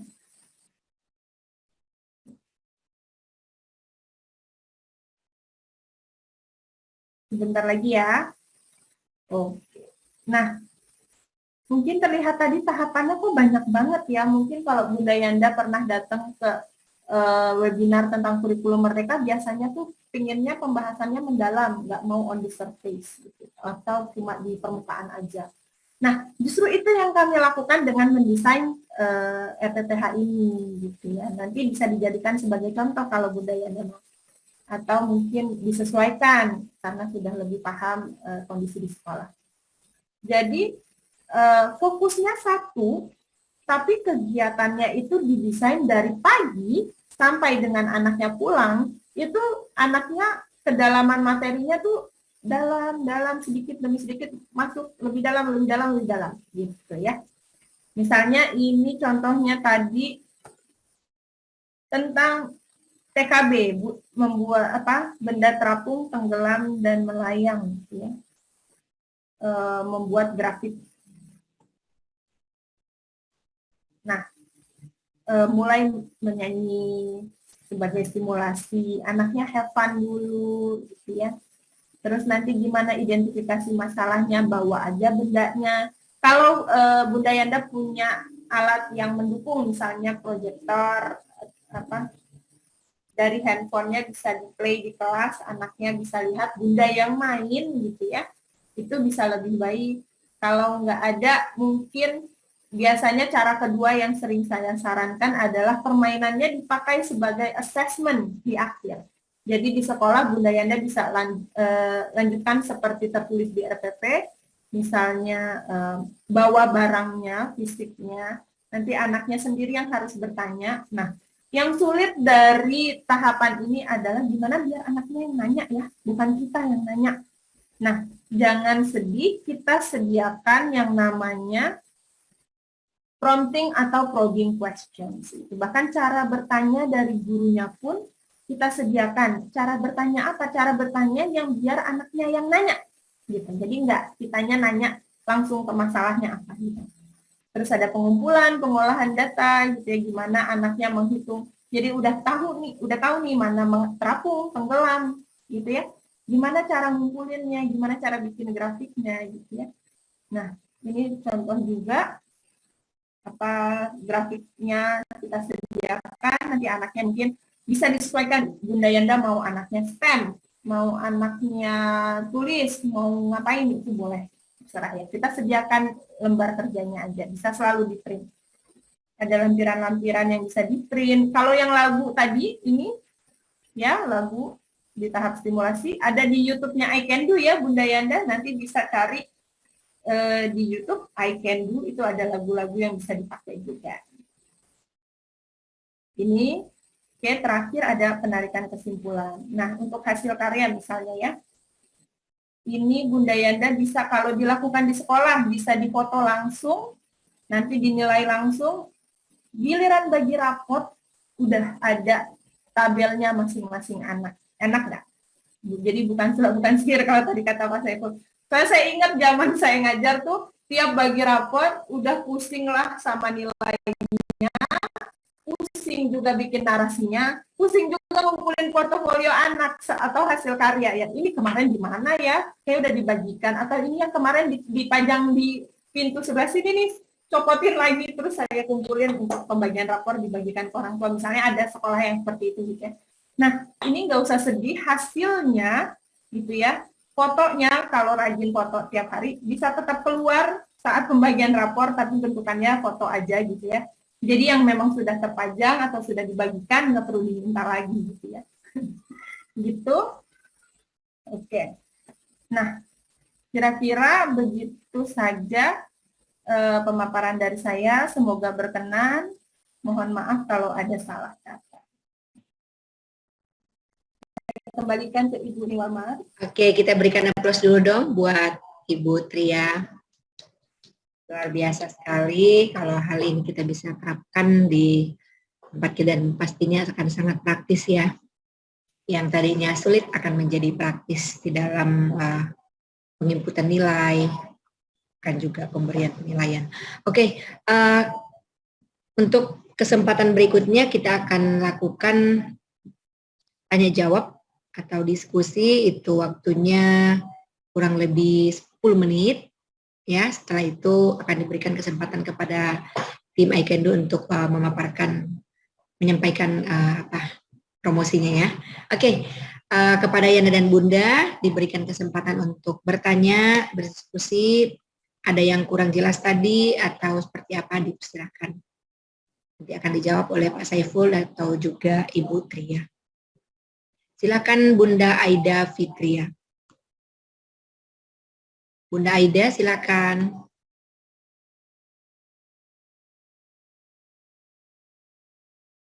Di-unmute dulu Ibunda. Oke, Assalamualaikum warahmatullahi wabarakatuh. Waalaikumsalam. Ya, terima kasih atas waktunya. Yang saya mau tanyakan, kan ini harus downloadnya di Android ya. Bisakah jika kita untuk download di laptop untuk aplikasi I Can Do ini? Oke, terima kasih Bunda. Nanti kita langsung jawab atau kali 3 orang dulu bertanya ya? Boleh. Ya, masih ada lagi yang mau bertanya? Yanda, Bunda?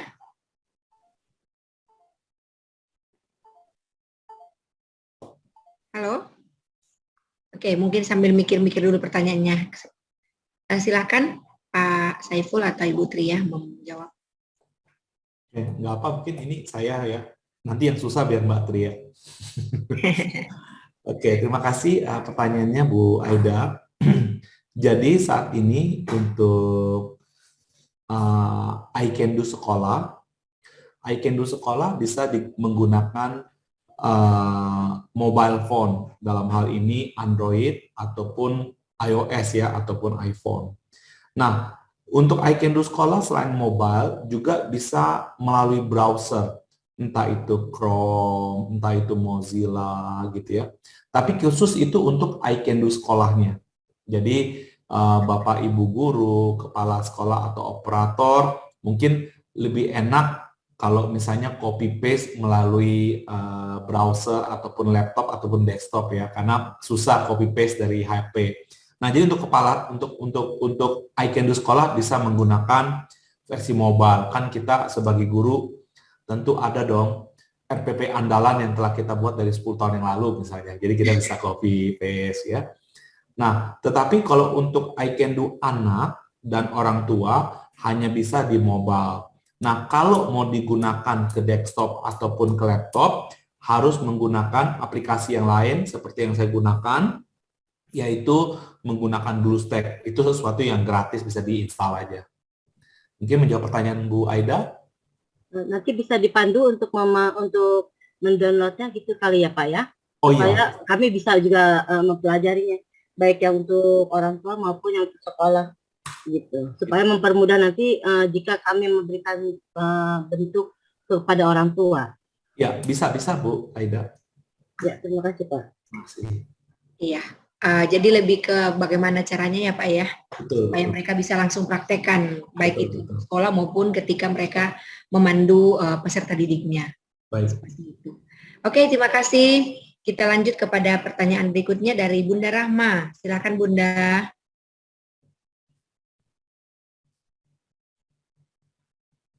Di-unmute dulu Bunda.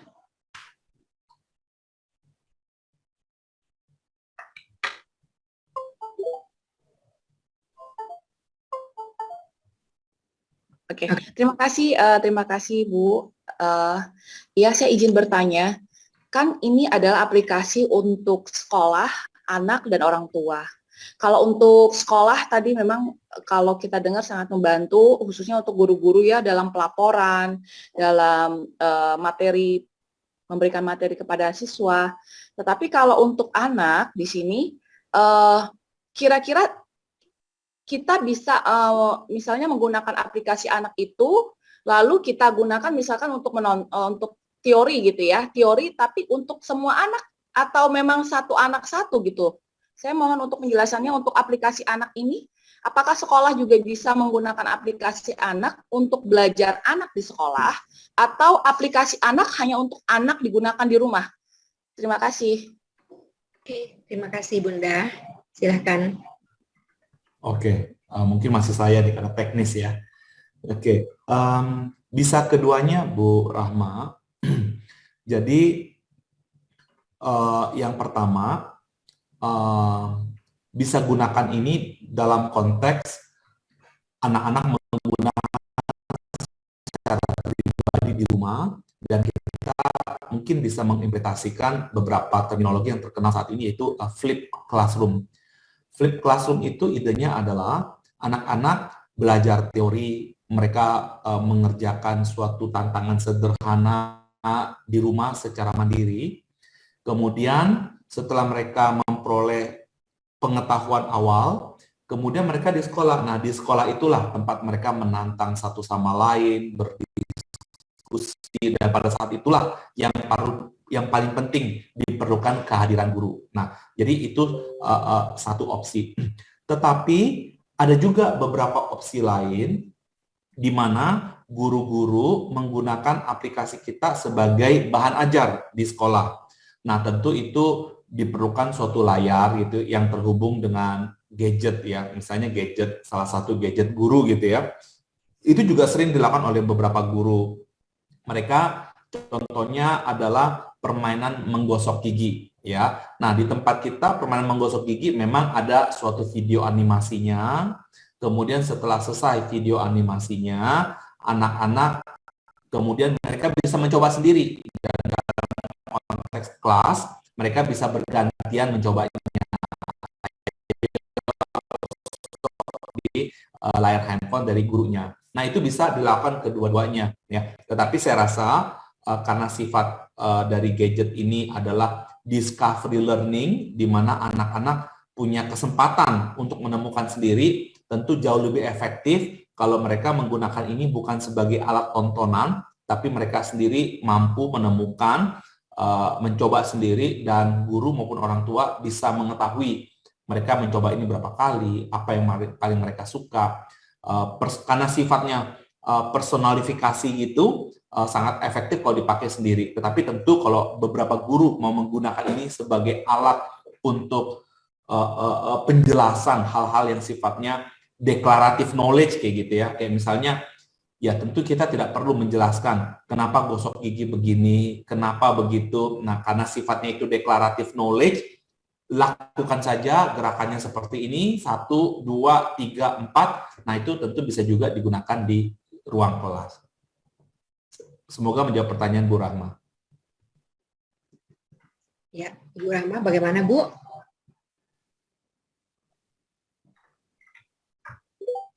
Bunda Rahma. Masih di mute Bunda, masih di mute Bunda.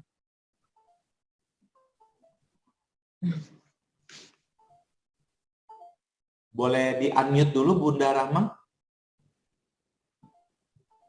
Oh maaf, itu tadi dari hostnya, karena saya udah unmute tapi nggak bisa, karena dari hostnya yang harus bantu saya juga.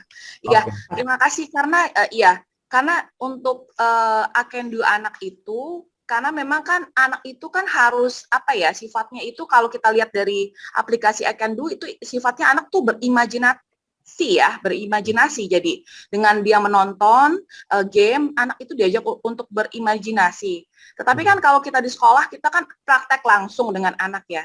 Maksudnya anak itu memegang bendanya, dia mengamati, observasi juga, tapi secara langsung, secara nyata. Sedangkan kalau kita menggunakan I Can Do, itu mereka anak dilatih untuk merangsang imajinasi mereka kalau menggunakan aplikasi berbentuk software seperti ini.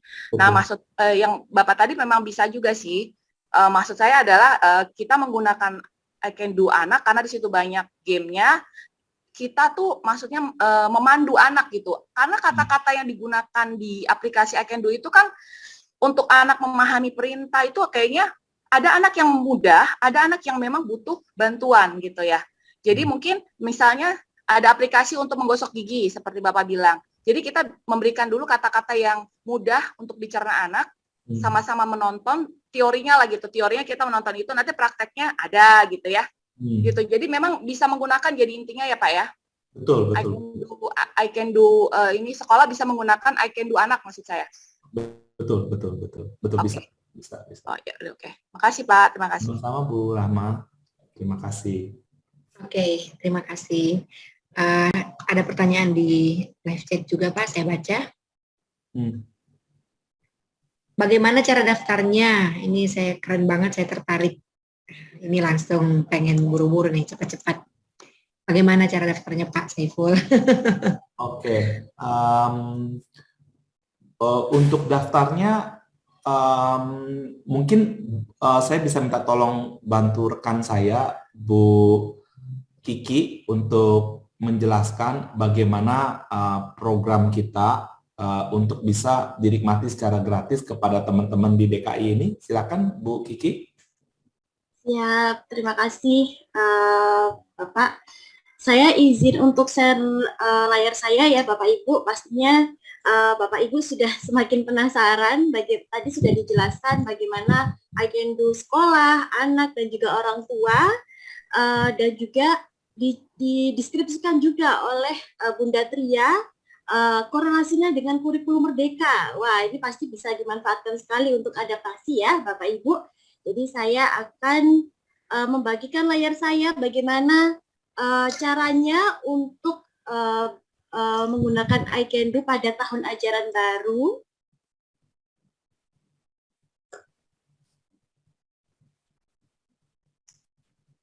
Apakah layar saya sudah terlihat? Sudah Bu. Sudah, luar biasa. Nah, ini adalah tagline kami ya, Bunda Yanda.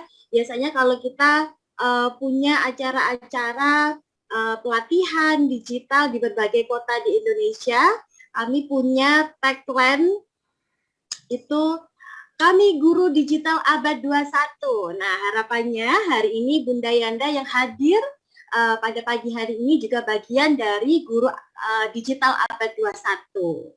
Nah,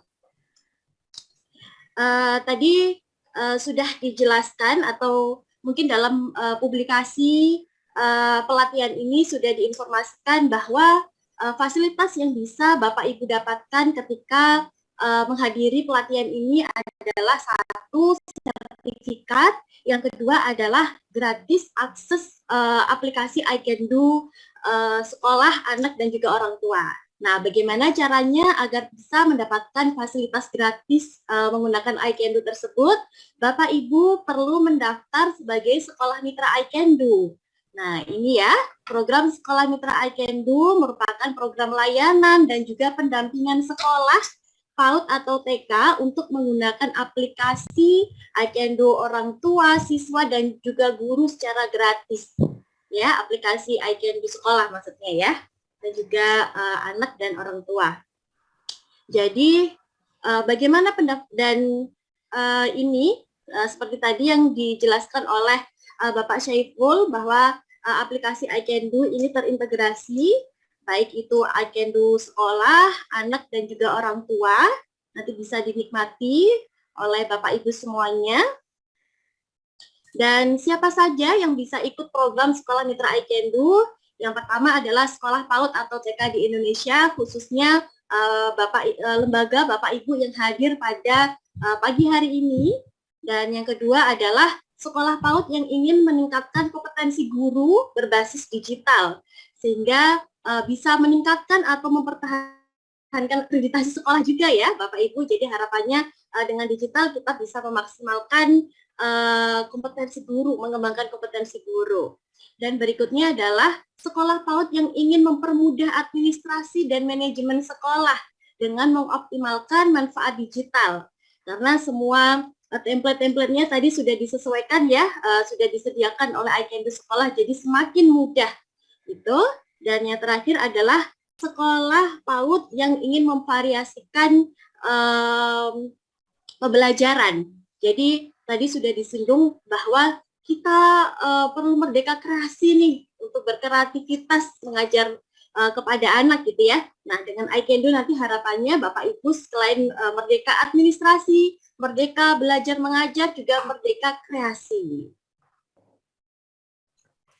Dan keuntungannya apa saja?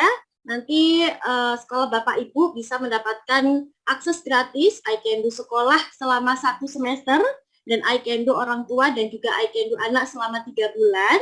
Dan nanti sekolah Bapak Ibu juga mendapatkan pelatihan penggunaan iCanDo dan juga konsultasi secara gratis karena kami akan melakukan pendampingan ya Bapak Ibu.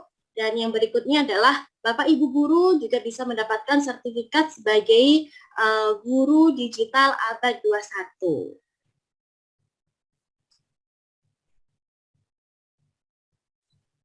Nah, ini juga salah satu reward dari iCanDo bagi sekolah Bapak Ibu yang nantinya menjadi pengguna iCanDo ya secara aktif. Nanti kami akan memberikan reward atau predikat yang dapat dalam bentuk pelang sekolah atau papan nama yang bisa dipajang di depan sekolah, yakni sekolah digital terpadu.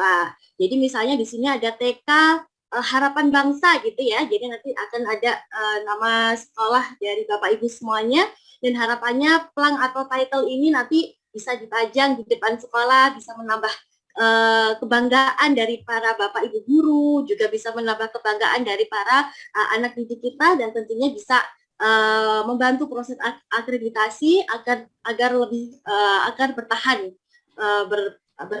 terakreditasi dengan baik.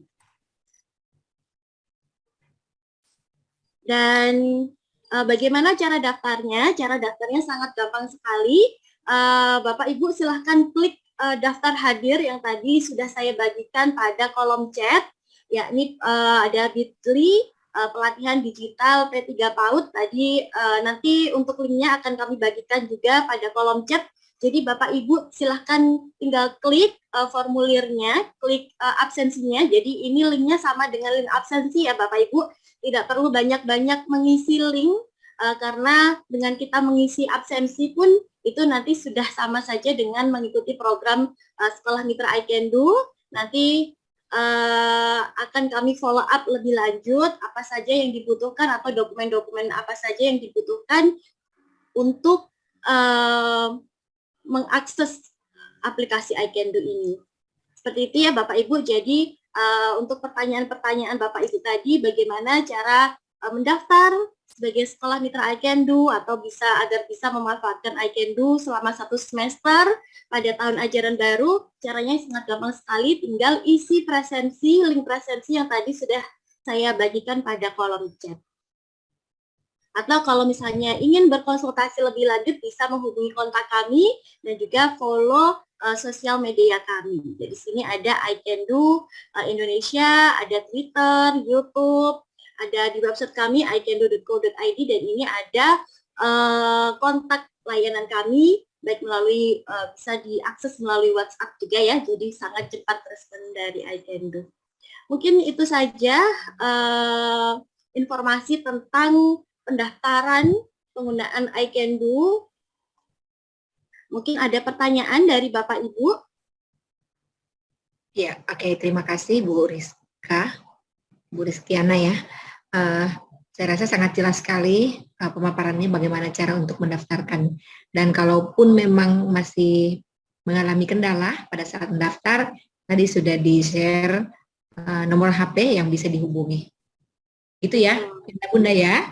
Oke, ini ada pertanyaan selanjutnya. Katanya kalau misalnya masa gratisnya itu habis, kira-kira bisa dikasih tahu nggak biayanya yang harus dibayar? Biasa kan aplikasi dalam jangka waktu tertentu gratis, seperti itu.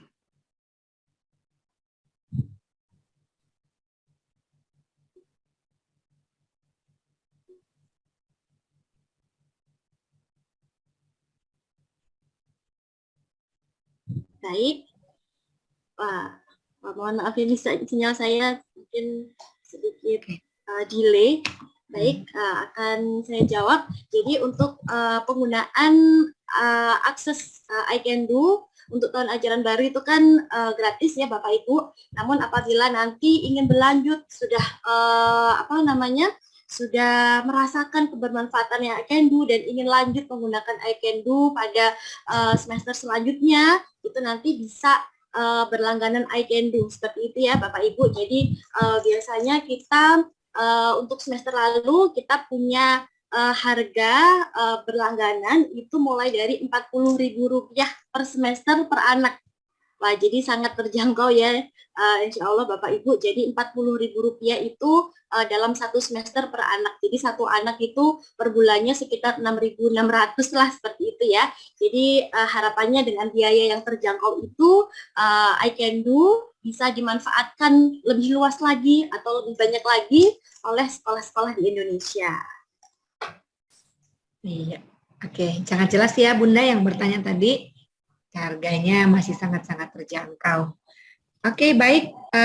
Waktu kita sudah 11 ya. Saya ingatkan sekali lagi Anda dan Bunda untuk mengisi link daftar hadir yang udah di-share di live chat supaya tidak ketinggalan. Dan yang paling terakhir, jika masih ada yang ingin disampaikan dari pihak I Can Do sebelum kita tutup kegiatan ini. Saya berikan kesempatan Pak Saiful atau Ibu Kiki atau Ibu Tria. Dari kami ucapkan terima kasih sebesar-besarnya atas antusiasme dari rekan-rekan guru, kepala sekolah, operator, dan juga terima kasih untuk semua sahabat-sahabat saya di P3 PAUD ya, Pamong Praja, semuanya, untuk Mbak Niwal Mars ya, terima kasih juga untuk telah memandu acara ini. Kami dari I Can Do sangat bersyukur atas kesempatan ini, dan kita alasan kenapa kita bikin ini semuanya adalah supaya kita bisa berpartisipasi lah di dalam proses supaya anak-anak kita tumbuh dengan suatu kemampuan C4 ke atas yang baik gitu ya, sehingga waktu kita menggunakan teknologi nggak sekedar menjadi tempat upload ataupun download gitu, ataupun kita menggunakan WhatsApp gitu ya, kalau kirim satu tugas 20 mega yang terima 20 orang dikali 20, cuma satu tugas saja habis pulsa 1 minggu kan, jadi memberatkan sekali. Jadi harapannya adalah teman-teman sekolah bisa menggunakan ini, menggunakan teknologi secara maksimal, bukan saja tempat upload download, tapi benar-benar bagaimana efeknya terhadap kognitif dan juga membantu administrasi kita sebagai pengurus sekolah. Dan saya ucapkan terima kasih untuk semua sahabat-sahabat yang ada di sini. Terima kasih. Oke, juga Pak, kami dari P3 PAUD dan Nikmas juga mengucapkan terima kasih yang sebesar-besarnya kepada tim dari I Can Do, Pak Saiful, Ibu Tria, bahkan juga Ibu Rizkiana, atas ilmunya, atas informasi-informasi yang diberikan, bahkan untuk perkenalan aplikasi yang sangat luar biasa. Kiranya I Can Do boleh terus maju, boleh terus bergerak untuk pendidikan di Indonesia, khususnya untuk pendidikan di PAUD menjadi lebih baik, lebih maju, dan tidak ketinggalan. Dan tadi ya hasil PISA yang di Indonesia ada di urutan 10 terbawah itu dapat di-upgrade makin naik lagi. Tentu dimulai dari pendidikan anak usia dini. Luar biasa sekali. Semoga para pendidik PAUD juga tidak hanya menjadi pendengar saja, tetapi benar-benar kita dapat merespon dengan baik akan ilmu yang sudah diberikan, lalu kemudian sekolah kita langsung berpikir bagaimana cara untuk menggunakan aplikasi ini demi untuk kemajuan bersama, apalagi di dalam menghadapi kurikulum baru yang mau tidak mau kita harus ikuti, kita harus implementasikan tentunya dengan 3 tahap yang kita pilih dan sesuai dengan kondisi sekolah kita masing-masing. Sekali lagi dong aplaus buat I Can Do hari ini yang sangat luar biasa. Ya, mana nih Anda dan Bunda nih? Oke. Demikianlah untuk pertemuan kita hari ini dalam sesi 1. Nanti teman-teman dari I Can Do akan melanjutkan pada sesi yang kedua sampai sesi yang ke-6 dengan peserta yang berbeda. Saya selaku moderator mengucapkan terima kasih atas perhatiannya dan mohon maaf apabila ada salah-salah kata di dalam memandu acara ini. Saya akhiri pertemuan kali ini di sesi yang pertama dengan ucapan wabillahi taufiq wal hidayat. Wassalamualaikum warahmatullahi wabarakatuh. Waalaikumsalam. Warahmatullahi wabarakatuh. Terima kasih Pak Saiful.